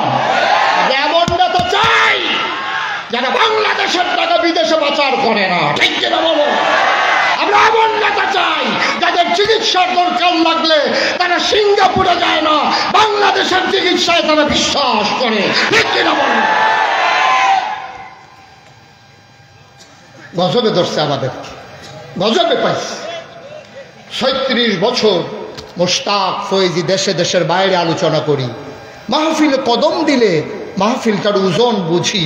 আজকে কালুঘাটে এই মাহফিলে ওয়াজ করতে এসে আমার মন সাক্ষী দিয়েছে আপনাদের মাহফিল আল্লাহ কবুল করে নিয়েছে। একটা লোক উঠবেন না, চলে যাবেন না। আমি সবাইকে নিয়ে দোয়া করব, দরকার আছে নাকি নাই? সবাই মিলে আমরা তওবা করব, আল্লাহ যেন আমাদের জীবনের গুনাহগুলো মাফ করে দেন। সবাই কোন আমিন। একটা লোক উঠবেন না, যারা উঠেন নাই আর উঠবেন না, কয়েক মিনিটের ভিতরে আমি মাইক ছেড়ে দেবো ইনশাআল্লাহ। এই যে দেখছেন আমি ওই যে বলতাম যদি যে উঠেন তাইলে ভালো ছিল, উঠবেন না বলছি তো ওই জন্য উঠে যেতে আছে, উল্টা উল্টা। হ্যাঁ, আমাদের এলাকায় এক লোক গাছের ভিতরে উঠতে আছে, তো যখন কইছে নামো, হ্যাঁ আর উপরের দিকে উঠতে আছে। লোকজন আইয়া কয় তুমি নামো বললে ওটা নামাইতে পারবা না। কয় কি বলতে হবে? বলতে হবে যে উঠো উঠো উঠো। যখন কইছে উঠো, সে সুদ করে নিচে নেমে এসে। তা আপনাদের এলাকায় এরকম নাকি? যদি বলি যে উঠেন না তখন উঠে যাবে, আর যদি বলি উঠেন উঠেন সবাই বসে থাকবে নাকি? একটা লোক উঠবেন না দয়া করে, সবাই মিলে আমরা দোয়া করবো ইনশাআল্লাহ। এত বড় দোয়া আপনি পাবেন কই? হাজার হাজার মানুষকে নিয়ে আপনার আব্বার জন্য দোয়া হবে, আপনার আম্মার জন্য দোয়া হবে। আপনি চারটিখানি কথা মনে করেছেন, আল্লাহ যেন কবুল করে। সবাই পড়ে না আমিন। শুরুতেই লেখা আছে কবরস্থানের উন্নয়ন কল্পে আজকে এই বিশাল মাহফিলের আয়োজন করা হয়েছে। গুরুস্থান কবরস্থানের উন্নতি কল্পে। তা আমার ভাই তার আগে আল্লাহর খাস মেহরবানি তহা ভাই, উনি সুন্দর করে আপনাদের কাছে হাত। আহা, কি হইল ভাই? এই যুবকটারে ধৈর্য দুইজনে বসাই দেন তো। এই কালো গেঞ্জি, আয় বসো। এখন থেকে যে উঠবে তার আর বিচার হবে না, যাদের কাছ থেকে উঠবে তাদের বিচার হবে। যে আপনারা থাকতে সে উঠলো কেমনে? এখন থেকে যারা বসে আছেন তাদের বিচার হবে, যে উঠবে তার কোনো বিচার নেই। সে তো বুঝেই না, সে বুঝতে তো উঠতো না। সে বুঝেন, আপনি তো বুঝেন, তা আপনি তার উঠতে দেন কেন? বসাই রাখে। চিনি তো এমন একটা জিনিস, চিনি চিনি বুঝেন? আরে চিনি চিনেন না? চায়ের সাথে যা খায় এটা কি আপনাদের দেশে চিনি। এখন এই যে আমাদের আজকের সভাপতি আশরাফ ভাই, আর আশরাফ ভাইয়ের আমি একটা পিরিচ থেকে যদি 1 চামচ চিনি দিই, উনি যদি খায় ওনার কাছে কি তিতা লাগবে না মিষ্টি লাগবে? আচ্ছা, ওনার 1 চামচ চিনি দিছি, উনি মুখ বন্ধ করে আছে। আমি বললাম যে ভাই হাত করেন, একটু চিনিটা খান। উনি কেমন? এখন যদি ওনার সুন্দর করে চাপা দিয়া ধইরা পিছন দিক দিয়ে হাত বাইন দেয়া, তারপরে জোর করে হাত করাইয়া চিনি মুখে লাগাই দেয়, তাইলে কি তিতা লাগবে না মিষ্টি লাগবে? চিনি এমন একটা জিনিস, এটা ইচ্ছা করে খাইলেও মিষ্টি, এটা জোর করে খাওয়াইলেও মিষ্টি। ওয়াজ এমন একটা জিনিস, কেউ ইচ্ছা করে শুনলেও সব, তারে বাইন্দা শোনাইলেও সব। সেটা কাউকে উঠতে দেওয়ার দরকার নেই, সবাইকে বসাই রাখেন। আমিন কন, জোরে কন, আর জোরে। 2-1 মিনিট সময় আপনাদের কাছ থেকে চেয়ে দিলাম। এই গুরুস্থান, এখানে আমরা সবাই যাব। আমি হয়তো এই গুরুস্থানে আল্লাহ তাকদিরে রাখলে এই গুরুস্থানে আমার দাফন হতে পারে, কিন্তু সুনিশ্চিতভাবে এই এলাকায় যারা আছেন নর্মালি চিন্তা করলে আপনাদের জন্য এই গুরুস্থান করা হয়েছে, কিন্তু গুরুস্থানের উন্নয়ন হয়নি, গুরুস্থানের কিছু কাজ বাকি আছে। আমার ভাই, আমি আসার পরে যিনি আমাকে সময় দিয়েছেন, আমার সাথে একসাথে খেয়েছেন, সঙ্গ দিয়েছেন, আপনাদের এলাকার মুরব্বী। ও মুরব্বী তো বলা যাবে না, না মুরব্বী বললে তো বিপদে আছি। কথা যেটা মনে পড়ছে এটাকে বলে ফেলবো নাকি? এই বছর হজে গেছিলাম আশরাফ ভাই। কই গেছিলাম? হজে হজে মক্কা শরীফ। মক্কা শরীফে তো হজে গেছিলাম আর কি। এই কই গেছিলাম? কথা বলা কই?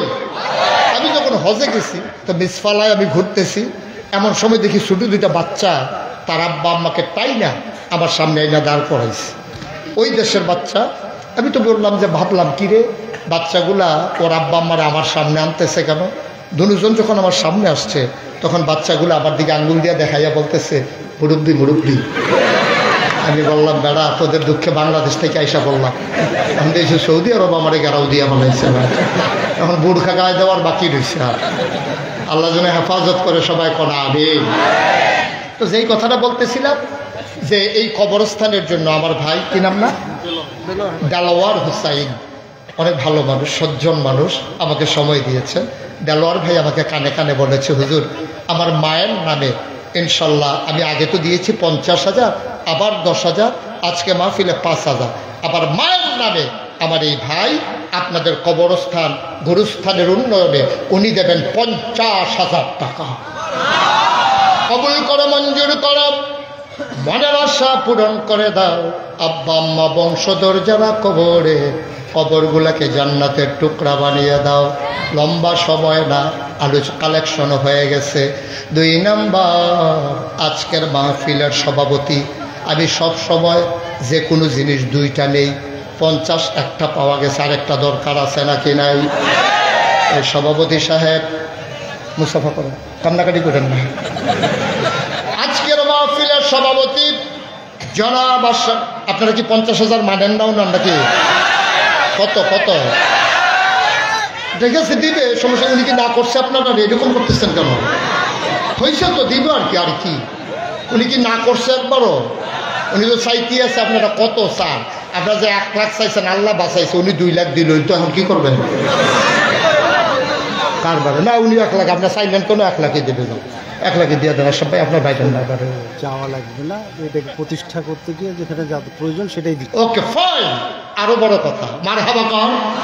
আজকের মাহফিলের সম্মানিত সভাপতি ওই হুজুর 1 লাখে হবে না, এটারে প্রতিষ্ঠা করতে গিয়া যা লাগবে ইনশাআল্লাহ আমি সাথে আছি। মারহাবা কর। আল্লাহ তো দিয়ে যাচ্ছেন, ওইটা আমি শুনতে চাই নাই। আজকে উনি যেমন বলছে আপনিও বলবেন, আল্লাহ যেন কবুল করে। সবাই কোন আমি দেওয়া তো লাগবে আপনারাই। আমি তো কুমিল্লা থেকে আর সে দেবো না, আমি বলে যেতে পারবো, আমার দ্বারা এখানে এসে দেওয়া হবে না। আল্লাহ যেন কবুল করে। সবাই করা আমি। আশরাফুল ভাই, হ্যাঁ আশরাফুল আলম রশিদ ভাই, উনি চেয়েছেন আপনারা আপনাদেরকে বিমুখ করবেন না ইনশাআল্লাহ।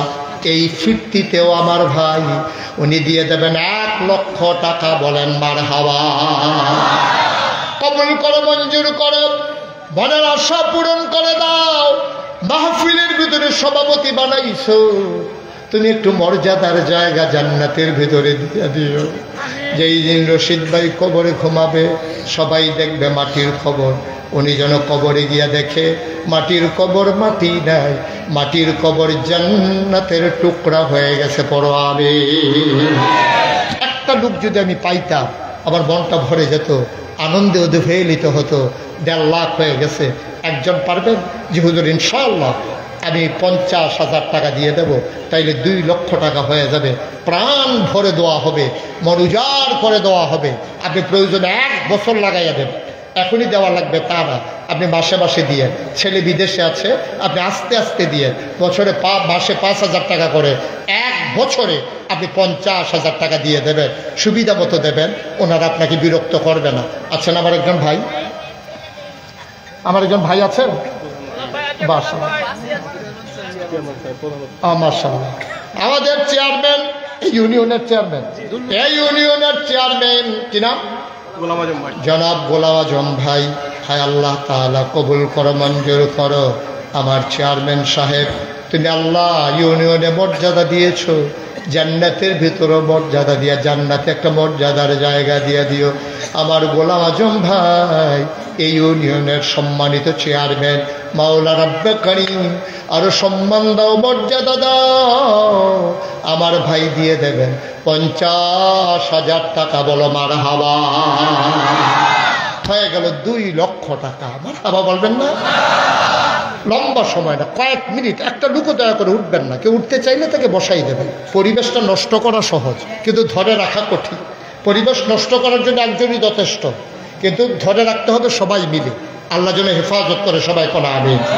আরেকটা ভাই লাভ দিয়ে দাঁড়াও, হুজুর এত দিতে পারবো না, আমি ইনশাআল্লাহ 10,000 টাকা দিয়ে দেব। সুবিধা মতো দিয়ে দেবেন, যখন পারেন তখন দেবেন। মাঠের ভিতর আমার একটা কলিজার টুকরা যুবক চাই। লাভ দিয়ে দাঁড়িয়ে যাও, হুজুর দোয়া করে দেন। আমি এই তো মাশাআল্লাহ, কি নাম? মোহাম্মদ বাবুল হোসেন, আমার যুবক ভাই। দাঁড়ান বাবুল ভাই, দাঁড়ান। সবাই একটা সালাম দেন। এটা কি সালাম হইল? ঘুরাইয়া সবাই দিবেন না? হ্যাঁ মাশাআল্লাহ, সুন্দর হয়েছে। মনে হয় যেন নির্বাচন করবো। বসেন বসেন, আর ভোট লাগতো না মনে হয়।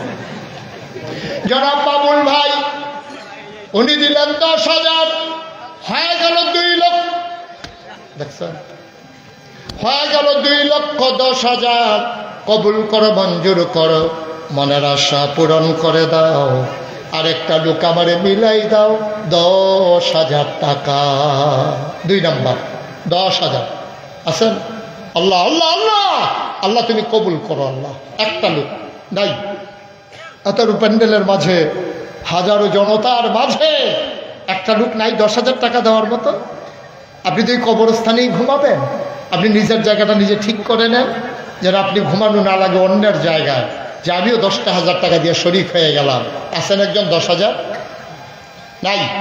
আল্লাহ আল্লাহ আল্লাহ, তুমি একটু মায়া লাগাই দাও আল্লাহ। এই কবরস্থান, এই গোরস্থানের জন্য একটু মায়া লাগাই দাও। 2 নাম্বার একটা লোক আমারে মিলাইয়া দাও। জি, উনি বলছে কিছু? কে গোলাপ ভাই? কে আপনি? বলেন বলে দেরি করে লাভ কি? বড় পার্টি চেয়ারম্যানে কয়, আপনি নিজে নিজে শুরু হইতেছেন কি? থাক, 50,000 দিয়ে দেবে, বাড়াবাড়ি করেন না কেউ। বাড়াবাড়িতে গোলাপ ভাই আসেন, মুসাফা করে। আরে না, সবাই কয় বড় পার্টি, কেউ মানে নাকি আপনারা?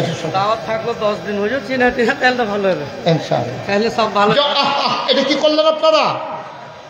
আস্তাগফিরুল্লাহ। তাহলে টাকা লাগবে না, আমি এখনই দোয়া করে দেবো। ছেলেরা বসাই দেবে কা?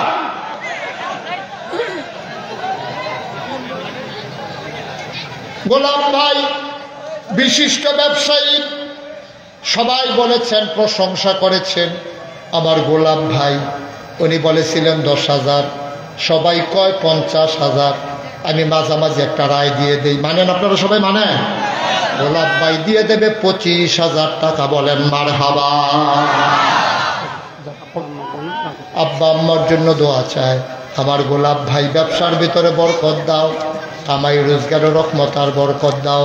গোলাপ ভাই দিল 25,000, হয়ে গেল 2,35,000।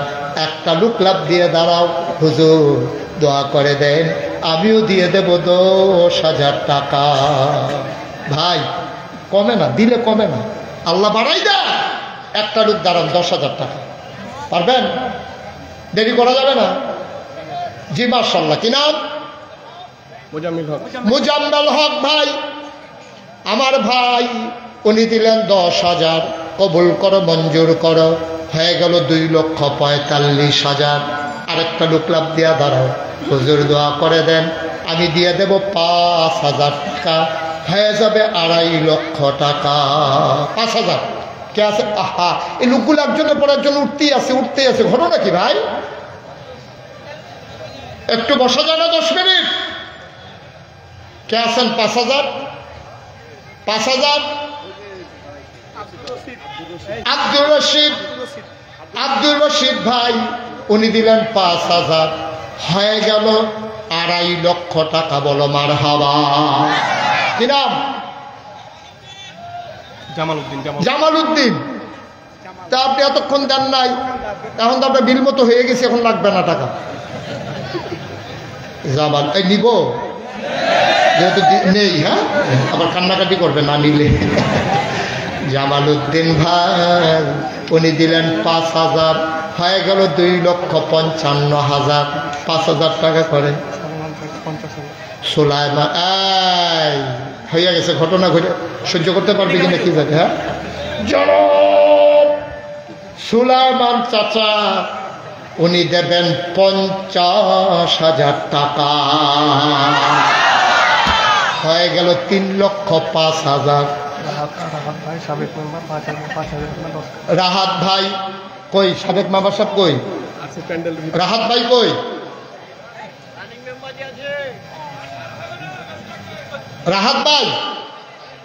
রাহাত ভাই খবর পাঠাইছে, ওই যে কোনা। কই? কোন কোনায়? রাহাত ভাই। আরে উনি হাত উঠাইতে পারেন না রাহাত ভাই? একটু দাঁড়ান। কত বলছেন? কত? 50। আপনি দুনো হাত উঠান, কোনো মতে বাচ্চা যান, এই 10,000। মারহাবা বলেন। রাহাত ভাই, উনি দিলেন 10,000। হয়ে গেল 2,15,000। মারহাবা পায় না? কবুল করো, মঞ্জুর করো, মনের আশা। হ্যাঁ, 3,15,000। মারহাবা কর। কবুল করো, মঞ্জুর করো, মনের আশা পূরণ করে দাও। আর একটা লোক আমারে মিলাই দাও 5,000 টাকা। আহা, বুঝাইতে পারলাম না? একটা উসিলায় গুরুস্থানটা হয়ে যাবে। আপনি একটু বসলে এটার স্বভাব আপনি পাবেন। সবাই টাকা দেওয়া লাগবে না, আপনি বসে বসে সহযোগিতা করতেছেন, এটারও আপনি স্বভাব পাবেন। উঠে যাচ্ছে, আপনি ক্ষতি করতেছেন, এটা ঠিক না ভাই। একটু অপেক্ষা করেন, শেষ করে দিচ্ছি। আর কেউ আছেন? 5,000? 5,000 নাই? 5,000 আছে? 2,15,000 হয়ে গেছে মাশাআল্লাহ। 3,15,000। আল্লাহ তুমি কবুল করো, সবাই কোন আমিন। আমরা সবাই মিলে তওবা করব, এখন জীবনের গুনাহ মাফ চাইবো। যারা দাঁড়িয়ে আছেন সবাই বসে পড়ুন, যারা দাঁড়িয়ে আছেন বসে পড়ুন, সবাই নামাজের মতো করে বসেন, সবাই নামাজের মতো করে বসেন। আমাদের সামনে এখন চাদর, রবিউল ইসলাম কয়েকদিন আগে মারা গেছে। রবিউল ইসলাম কয়েকদিন আগে মারা গেছে, দোয়া চায়। উনি 1,000 টাকা ওনার নামে দিয়েছেন। শফিকুল ইসলাম 1,000। ওকে, এই ছোট ছোট করে বলতে হবে না, দিয়ে দেন। ইসরাইল হোসেন বাদশা 5,000। ইসরাইল হোসেন বাদশা 5,000 হয়ে গেছে, 3,20,000। আবার ছেলেরা আসতেছে রুমাল নিয়ে। একজন লোকও খালি দিবেন না, 2টা টাকা দেবেন আপনি, তারপরে যেন খালি না যায়। 100, 200, 500, 1,000, যে যা পারেন বিসমিল্লাহ বলে রুমালে হাত দেবেন। আর আমার সাথে সবাই মিলে তওবা করেন। সবাই আমার সাথে পড়েন, আউযু বিল্লাহি মিনাশ শাইতানির রাজিম। সবাই পড়েন, আউযু বিল্লাহি মিনাশ শাইতানির রাজিম, বিসমিল্লাহির রহমানির রহিম। সবাই রুমালগুলোতে দেন। আর মহিলা প্যান্ডেলে চাদর দেওয়া আছে, ওখানে আমার মা বোনেরা শরীক থাকবে। একজন লোক উঠবেন না, আমার কথা শেষ হয় নাই, আরো কথা আছে আমার। সবাই বসেন আর আমরা তওবা করি। সবাই আমার সাথে পড়েন, আস্তাগফিরুল্লাহ রাব্বি মিন কুল্লি যামবি ওয়া আতুবু ইলাইহি লা হাওলা ওয়ালা কুওয়াতা ইল্লা বিল্লাহিল আলিয়্যিল আযীম। হে আল্লাহ, ইচ্ছায় অনিচ্ছায়, প্রকাশ্যে গোপনে, শয়তানের কুমন্ত্রণায় পড়ে, নফসের তাড়নায় পড়ে জীবনে যত গুনাহ করেছি, কবিরা সগীরা শিরক বেদাত, সমস্ত গুনাহ থেকে খালেস অন্তরে তাওবা করতেছি। হে আল্লাহ, গুনাহ মাফ করে দাও, তাওবা কবুল করে নাও। আশহাদু আল্লা ইলাহা ইল্লাল্লাহু ওয়াহদাহু লা শারীকা লাহু ওয়া আশহাদু আন্না সাইয়্যিদানা হাবিবানা মাওলানা মুহাম্মাদান আবদুহু ওয়া রাসূলুহু সাল্লাল্লাহু আলাইহি ওয়াসাল্লাম।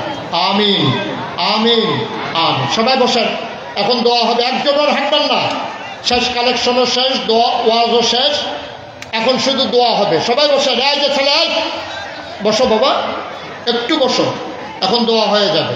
আমরা সবাই মিলে এখন দোয়া করব। রুমালগুলো নিয়ে আসেন, যারা রুমাল দিয়ে টাকা উঠাইছেন রুমালগুলো নিয়ে আসেন। মহিলা প্যান্ডেলও রুমাল দেওয়া আছে। আপনারা যারা পারেন, মায়েরা বোনেরা সবাই মিলে শরীক থাকবেন। শুনেন, মানিক ভাই 5,000।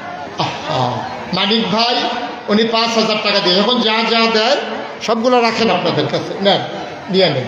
সবাই পড়েন আমিন। শুনেন, আপনাদেরকে একটা জরুরি খবর। আমি মুশতাক ফৈজি, আপনারা দেখেছেন নামের সাথে লেখা আছে পীর সাহেব। আমার ভাই ডক্টর তোহা বিন জহুরুল বলেছেন আমি ওই রকম পীর সাহেব না। আপনারা আমার কথা শুনেই বুঝেছেন আমি আসলে ওই রকম পীর সাহেব না যে বসে বসে মুরিদেরা এনে টাকা দেবে আর আমি বসে বসে সেই টাকা খাবো। ওই মানুষ আমি না, আমি কষ্ট করে খাওয়া মানুষ। আমার দরবারে আপনি গেলে দেখবেন আমার এই 18 একর জায়গার উপরে আমার 10টা প্রতিষ্ঠান। বাংলাদেশের যে কোনো ক্রাইসিস পিরিয়ড ওভারকাম করার জন্যে, যে কোনো দুর্যোগকালীন মুহূর্তে আমি মুশতাক ফৈজি আমি ঝাঁপিয়ে পড়ি মানুষের পাশে। যখন করোনা গেল আমাদের দেশে, তখন যারা বাজার ছেড়ে দিয়েছিল, ভয় পেয়েছিল, কামাই রোজগার ছিল না, তখন আমি গাড়িতে করে করে বাজারের ব্যাগ নিয়ে আমি সেই অসহায় মানুষগুলোর ঘরে ঘরে পৌঁছে দিয়েছি। বলেন আলহামদুলিল্লাহ। আমাদের এলাকায় গত বছর বন্যা গিয়েছে, 2024 সালে মারাত্মক বন্যা হয়েছে। বন্যায় আমাদের এলাকায় এমন কোনো বাড়ি নাই যেখানে পানি উঠে নাই। আপনারা ইউটিউবে সবাই শুনেছেন আমি আমার দরবার শরীফের কমপ্লেক্সে আমার 10টা প্রতিষ্ঠান, এখানে আমি বিশাল আয়োজন নিয়ে একটা মসজিদ করতেছি। শুনছেন আপনারা? আমার বিশাল মসজিদ। আমি ওই মসজিদে জিজ্ঞেস করেছিলাম মসজিদটা কত বড় হবে। আমার ইঞ্জিনিয়াররা বলেছিল হুজুর এই মসজিদে নামাজ পড়তে পারবে একসাথে 6,000 লোক। মারহাবা বলবেন না? নিচতলায় হাসপাতাল, নিচতলায় কি বা কথা পায় না, নিচতলায় কি, দোতলায় 3তলায় মসজিদ, 30 কোটি টাকা বাজেট। আমি নিয়ত করেছি যে আমি মুশতাক ফৈজি যেহেতু করোনায় যেহেতু বন্যায় বিভিন্ন সময় মানুষের পাশে গিয়ে দাঁড়াই। অনেক গ্রামে মসজিদ আছে, মাদ্রাসা আছে, কিন্তু হাসপাতাল তো নাই। এই জন্য আমি নিয়ত করেছি নিচতলায় ফ্রি হাসপাতাল হবে, দোতলায় তিনতলায় মসজিদ হবে। আপনাদের চাপাইয়া আপনাদের এই এলাকারও মিস্ত্রিরা আমার ওখানে কাজ করে। ওরা আজকে আমাকে বলেছে যে হুজুর আমাদের পরিবার থেকে বলেছে আপনি আমাদের বাড়ির কাছে যাবেন, আমরা তো আপনার কাছে থাকতে পারবো না, থাকতে পারলে বড়ই মজা হতো। এখানে ওইখানকার অনেক মিস্ত্রি আপনাদের এলাকা আমার ওই কমপ্লেক্সের ভিতরে কাজ করে, তো ওরা আমাকে বলেছে ওদের কাছে জেনে নেবেন। বিশাল আয়োজন। আমার এই মসজিদ করতে বাজেট ধরা হয়েছে 30 কোটি টাকা। আমি নিয়ত করেছিলাম 1 বছর মাহফিল করে আমি মুশতাক ফয়েজি যত টাকা হাদিয়া পাই পুরো 1 বছরের হাদিয়া আমার মসজিদ আমি দান করে দেবো ইনশাআল্লাহ। আমি একসাথে করে 25 লক্ষ টাকা আমার মসজিদে দিয়া তারপর আমি মসজিদের কাজ শুরু করেছি। গত বছর 24 সালের জুন মাসের 1 তারিখে আমার মসজিদের প্রথম তলার ছাদ হয়েছে।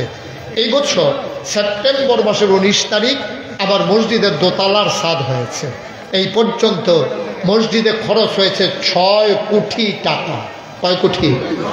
মারহাবা বলবেন না? আমার একটা নিয়ত ছিল আমি একটা রিক্সায় উঠলো, রিক্সাওয়ালাকেও আমার মসজিদের কথা বলবো। আল্লাহ কারি দিয়া কি করাবে বোঝা বড় মুশকিল। আমি আপনাদের কাছে এসেছি চাঁপাইনবাবগঞ্জে। আমি কখনো আপনাদের এখানে আর আসি নাই। আপনারা আমার দিনই ভাই, আমার এই মসজিদ আমার স্বপ্ন।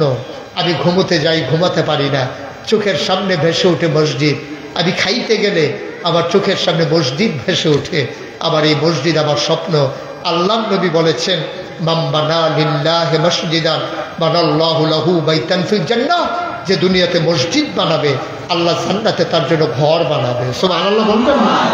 আমার এই মসজিদ আমার স্বপ্ন। আপনারা সবাই মিলে হাজার হাজার জনতা আমার এই মসজিদের জন্য দোয়া করবেন। আল্লাহ যেন আমার এই মসজিদটা শেষ করার তৌফিক দান করে। আমি মাহফিল থেকে গিয়ে মসজিদের ছাদে দাঁড়িয়ে দাঁড়িয়ে অনেক সময় কাঁদি যে আল্লাহ আমি যদি মরে যাই এই মসজিদটা কে কাজ শেষ করবে? তুমি আমাকে ওইটুক হায়াত দাও যেন মসজিদটা শেষ করে তারপরে যেন আমার মৃত্যু হয়। আমিন বলবেন না? আল্লাহ যেন কবুল করে সবাই করি আমিন। এখানে আপনারা যারা আছেন আল্লাহ যদি তৌফিক দেয় যে হুজুর ইনশাআল্লাহ এত বড় মসজিদ হবে, এটা আমাদের বাংলাদেশের সম্পদ, এটা আমাদের ইসলামের সম্পদ। এখানে গরিব অসহায় মানুষেরা বিনা খরচায় তারা চিকিৎসা নেবে ইনশাআল্লাহ। কেউ যদি মনে করে যে হুজুর এই বিশাল মসজিদে আমি 1,000 টাকা দিয়া 2,000 টাকা দিয়া আমি শরীক থাকতে চাই, মোস্ট ওয়েলকাম, আহলান সাহলান মারহাবা, আপনাকে স্বাগতম। আল্লাহ আপনাকে বিনিময় দিয়ে দেবেন। আমার এই স্বপ্নের মসজিদে আপনি যদি শরীক থাকতে চান আপনার জন্য আমি প্রাণ ভরে দেওয়া। প্রত্যেক জমাবারে আমি এতিম ছাত্রদেরকে নিয়ে মসজিদের মুসল্লিদের নিয়ে প্রাণ ভরে দোয়া করি। এখানে কেউ আছেন যে হুজুর আমি 1,000 টাকা আপনার মসজিদ? মাশাআল্লাহ, আমার এক ভাই উনি ইনশাআল্লাহ 500 টাকা দিয়েছেন, হাতে হাতে পাঠাই দেন, 500 টাকা দিয়েছেন। আর কেউ আছেন যে হুজুর ইনশাআল্লাহ আমি 1,000 টাকা? ও মাশাআল্লাহ, আমার আরেক ভাই উনি দিয়েছেন 100 টাকা। চেয়ারম্যান সাহেব, আমার প্রিয় চেয়ারম্যান, আমার অত্যন্ত সুন্দর চেহারার অধিকারী আমার মাশাআল্লাহ, আমি তো এর লিগেই কইতে আছি সব জায়গার চেয়ারম্যান দেখি কামাইয়া কুমাইয়া সমান হইয়া রয়েছে, উনি দাড়ি টাড়ি লইয়া ঘুরতে আছে। হাফেজ সাহেব হুজুর মাশাআল্লাহ, বলেন মারহাবা। মাশাআল্লাহ, আমার আজকের প্রধান অতিথি ভাই উনি 2,000 টাকা দিয়েছেন, চেয়ারম্যান সাহেব 1,000 টাকা দিয়েছেন, আরেক ভাই দিয়েছেন 500, আরেক ভাই দিয়েছেন 100, আবার একটা ভাইও খালি যায়েন আরেক ভাই 500 টাকা দিয়েছেন। যারা ভলান্টিয়ার আছেন আমাকে একটু সহযোগিতা করেন। যারা ভলান্টিয়ার ভাইয়ারা আছেন, মাহফিল কমিটির যুবকেরা যারা আছেন, সবাই মিলে একটু পেছন থেকে 1-2 ভাই দাঁড়ান, যারা আছেন আমাকে একটু সহযোগিতা করেন। একজন লোকও খালি যায়েন না, আপনি 2টা টাকা দেন, আল্লাহ বরকত দেবে ইনশাআল্লাহ, কামাই রোজগারে বরকত দেবে। আমি মসজিদের জন্য, আমার জন্য না, আল্লাহ যেন বরকত দেয়। আমরা প্রাণ ভরে দোয়া করব আর সবাই মিলে এখন দোয়া করব। আপনারা সবাই মিলে বিসমিল্লাহ বলে হাত দেন। আর আবার ছেলেরা আসতেছে, কলিজার টুকরা যুবকেরা, মাহফিলের যারা ভলান্টিয়ার, আপনি একটু নিচে যান, একটু কষ্ট করে যান নিচে, আল্লাহ যেন বরকত দেয়। এদিকেই থাকে না, হ্যাঁ মাশাআল্লাহ, নিচে একটু কয়েকজন যান, আল্লাহ যেন বরকত দেয়। আমরা প্রাণ ভরে দোয়া, উঠান না, এখন দোয়া হয়ে যাবে ইনশাআল্লাহ। ইনশাআল্লাহ ভাইয়ের কাছে দেন, আল্লাহ বরকত দেয়। মাশাআল্লাহ, ছোট্ট সোনামণি, মাশাআল্লাহ, আল্লাহ কবুল করুক। সবাই মিলে দোয়া করুন। হ্যাঁ? লাগাতোনার কথা। হ্যাঁ, সবাই মহব্বত করে বসার। আমাদের আজকের মাহফিলের সম্মানিত সভাপতি, আমাদের ড্রাইভার, মাশাআল্লাহ, তিনি দোয়া চেয়েছেন, তিনি অসুস্থ। তোহাবাইয়ের যিনি ড্রাইভার, তিনি দোয়া চেয়েছেন, তিনি অসুস্থ, দোয়া চেয়েছেন আল্লাহ যেন ওনাকে শিফায়ে কামেলা নসিব করে। আজকের মাহফিলের সম্মানিত সভাপতি আমার ভাই, উনি আপনাদের কাছে সমাপনী বক্তব্যের পরেই আমরা দোয়া করে দেবো ইনশাআল্লাহ। মাইকটা দেন, একটু মাইকটা দেন। আচ্ছা, ঠিক আছে, জি। আজকের মাহফিলের যিনি প্রধান মেহমান, আমাদের সম্মানিত চেয়ারম্যান সাহেব, ওনাকে দেন। উনি একটু 1 মিনিট কথা বলো, তারপরে সভাপতি সাহেব 1 মিনিট কথা বলে দেবেন, তারপরে দোয়া হয়ে যাবে ইনশাআল্লাহ। দেন, মাইকটা দেন। হ্যাঁ, ওইদিকে যাবে, অসুবিধা নেই, চেয়ারম্যান সাহেব ওইদিকে যাবে। আচ্ছা, ঠিক আছে। বিসমিল্লাহির রহমানির রহিম। সম্মানিত উপস্থিতিবৃন্দ, আসসালামু আলাইকুম। আজকের এই মাহফিলের প্রধান মেহমান, দুর্লভপুর ইউনিয়নের সম্মানিত চেয়ারম্যান গোলাম আজম এবং আজকের প্রধান বক্তা, যিনি আপনাদের সামনে মধুর কণ্ঠে এই আজকে ওয়াজ উপস্থাপন করেছেন এবং উপস্থিত আয়োজকবৃন্দ, সম্মানিত অত্র এলাকার মুসল্লিবৃন্দ, আবারও সবাইকে জানাই সালাম, আসসালামু আলাইকুম ওয়া রাহমাতুল্লাহি ওয়া বারাকাতুহু। ওয়ালাইকুম আসসালাম। বিশেষ করে কালুপুর মধ্যপাড়া গোরস্থান আমাদের সকলের অক্লান্ত পরিশ্রম এবং প্রচেষ্টার মাধ্যমে প্রতিষ্ঠিত হয়েছে এবং এই গোরস্থানের উদ্যোগে ত্রিবার্ষিক আজকের এই মাহফিলে আপনারা উপস্থিত হয়ে গোরস্থানের যে অবস্থানে আছেন সেই অবস্থান থেকে সহযোগিতা করেছেন। এই জন্য গোরস্থানের পক্ষ থেকে, গোরস্থানের দায়িত্বপ্রাপ্ত সভাপতি হিসেবে আপনাদের কাছে আন্তরিকভাবে কৃতজ্ঞতা জ্ঞাপন করছি। সর্বোপরি এখানে মেহমান হিসাবে যারা আসছেন, গত বছর এসছেন, তার আগের বছর এসছেন এবং সাধ্য মোতাবেক তিনারাও এই গোরস্থানে দানে অংশগ্রহণ করেছেন। এই জন্য গোরস্থানের পক্ষ থেকে তাদেরকে আন্তরিক মোবারকবাদ জানাচ্ছি। সর্বোপরি পর্দার আড়ালে মা বোনেরা রয়েছেন, আমি দেখতে পাচ্ছি যে একটা ডিমেও আসছে এখানে দান হিসাবে। তো ওনারাও যে ডিম থেকে আরম্ভ করে অনেক কিছু দান করেছেন, এই দান যেন মহান রব্বুল আলামিন কবুল করেন। আমরা সবাই বলি আল্লাহুম্মা আমিন। আমিন। কথা বলাচ্ছি না, সবাইকে আবারও গোরস্থানের পক্ষ থেকে আন্তরিক মোবারকবাদ জানিয়ে, বিশেষ করে সুদূর কুমিল্লা থেকে এখানে অক্লান্ত পরিশ্রমের মাধ্যমে উপস্থিত হয়েছেন আমাদের প্রধান বক্তা, যিনি আজকে মধুর কণ্ঠে আমাদের ওয়াজ মাহফিলে ওয়াজ করেছেন। ওনার দীর্ঘায়ু কামনা করে ওনার মসজিদ সম্পর্কে যে আলোচনা শুনলাম, হয়তো আমরা ওনার মতো এত বৃহৎ প্রকল্প করতে পারি নাই, কিন্তু আল্লাহর অশেষ রহমতে আমরা যতদিন থেকে ইনকাম করতে শিখেছি, সেই দিন থেকে এরকম মসজিদ প্রতিষ্ঠার পিছনে সর্বোপরি আমরা লেগে আছি এবং আল্লাহ তাআলা যতদিন হায়াতে বেঁচে রেখেছেন ততদিন পর্যন্ত এই মসজিদ, মাদ্রাসা এবং এইরকম প্রতিষ্ঠানে আমরা সার্বিকভাবে সহযোগিতা করে দেব। এইটার জন্য আল্লাহ আমাদের তৌফিক দান করেন। সবাই দোয়া করেন, আল্লাহুম্মা আমিন। আমি আমার বক্তব্য না বাড়িয়ে সবাইকে আবার আন্তরিক মোবারকবাদ জানিয়ে আমি আমার কথা শেষ করছি। আল্লাহ হাফেজ। আসসালামু আলাইকুম ওয়া রাহমাতুল্লাহি ওয়া বারাকাতুহু। ওয়ালাইকুম আসসালাম। আমাদের সম্মানিত প্রধান অতিথি চেয়ারম্যান সাহেব, উনি কথা বলতে চাননি, ওনার পক্ষ থেকে আমি বলে দিচ্ছি, আল্লাহ যেন ওনাকে সমাজ সেবক হিসেবে কবুল করে এবং এই চেয়ারম্যানটা যেন উনি যেন আমানতদারির সাথে রক্ষা করে। আল্লাহ যেন মর্যাদার আসনে ওনাকে কিয়ামতের ময়দানে উঠিয়ে দেন। সবাই পড়েন আমিন। আমরা এখন দোয়া করব, সবাই বসে পড়তে হবে। সবাই বসুন, যে যেখানে আছেন ওখানে বসে পড়ুন। আল্লাহুম্মা আমিন। রব্বানা যালামনা আনফুসানা ওয়া ইল্লাম তাগফির লানা ওয়া তারহামনা লানাকুনান্না মিনাল খাসিরিন। ربنا آتنا في الدنيا حسنة وفي الآخرة حسنة وقنا عذاب النار। আয় আল্লাহ তাআলা, তোমার কুদরতি পায়ে ধরে ভিক্ষা চাই কালুপুর আয় আল্লাহ তাআলা মধ্যমপাড়া গুরুস্থান পরিচালনা পর্ষদের উদ্যোগে আয়োজিত আজকের এই মাহফিলে আমরা যারা হাত বাড়ালাম, আমাদের জীবনের গুনাহগুলো তুমি মাফ করে দাও। এই জীবনে আমরা আর গুনাহ করব না। আমাদের কারো আব্বা নাই, কারো আম্মা নাই, দাদা দাদি, নানা নানি, আত্মীয় স্বজন, ভাই বেরাদর, বংশধর যারা কবরে, তাদের কবর গোলারে তুমি মাওলা জান্নাতের টুকরা বানিয়ে দিও।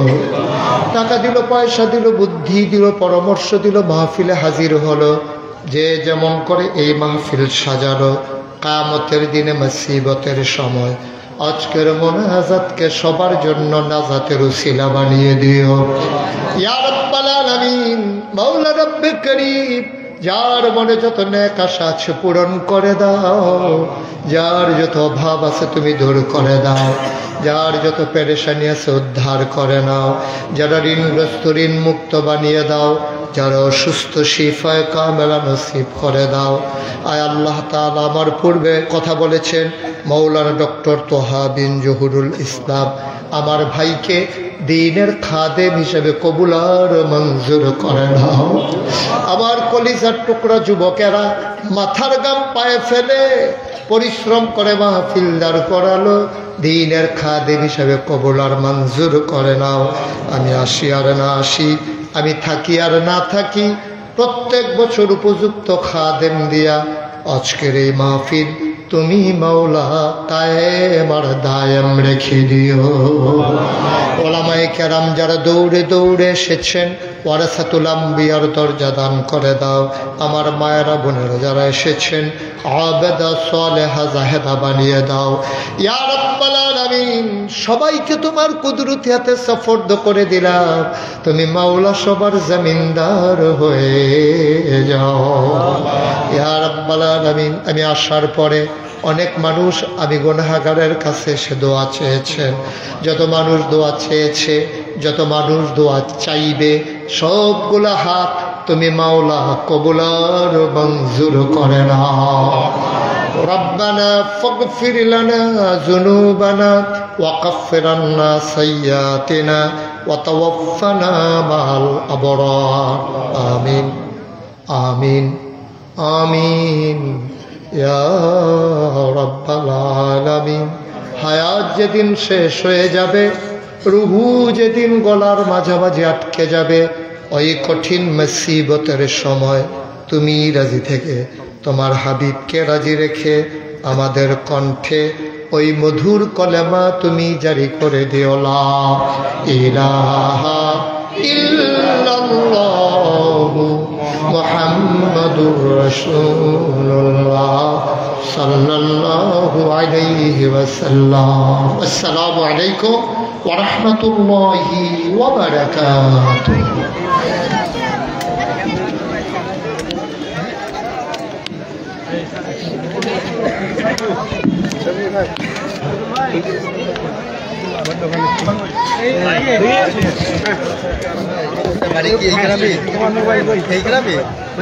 এই গ্রামে এখন আমি থাকি পাশে যে রাস্তা দিয়ে আসলাম।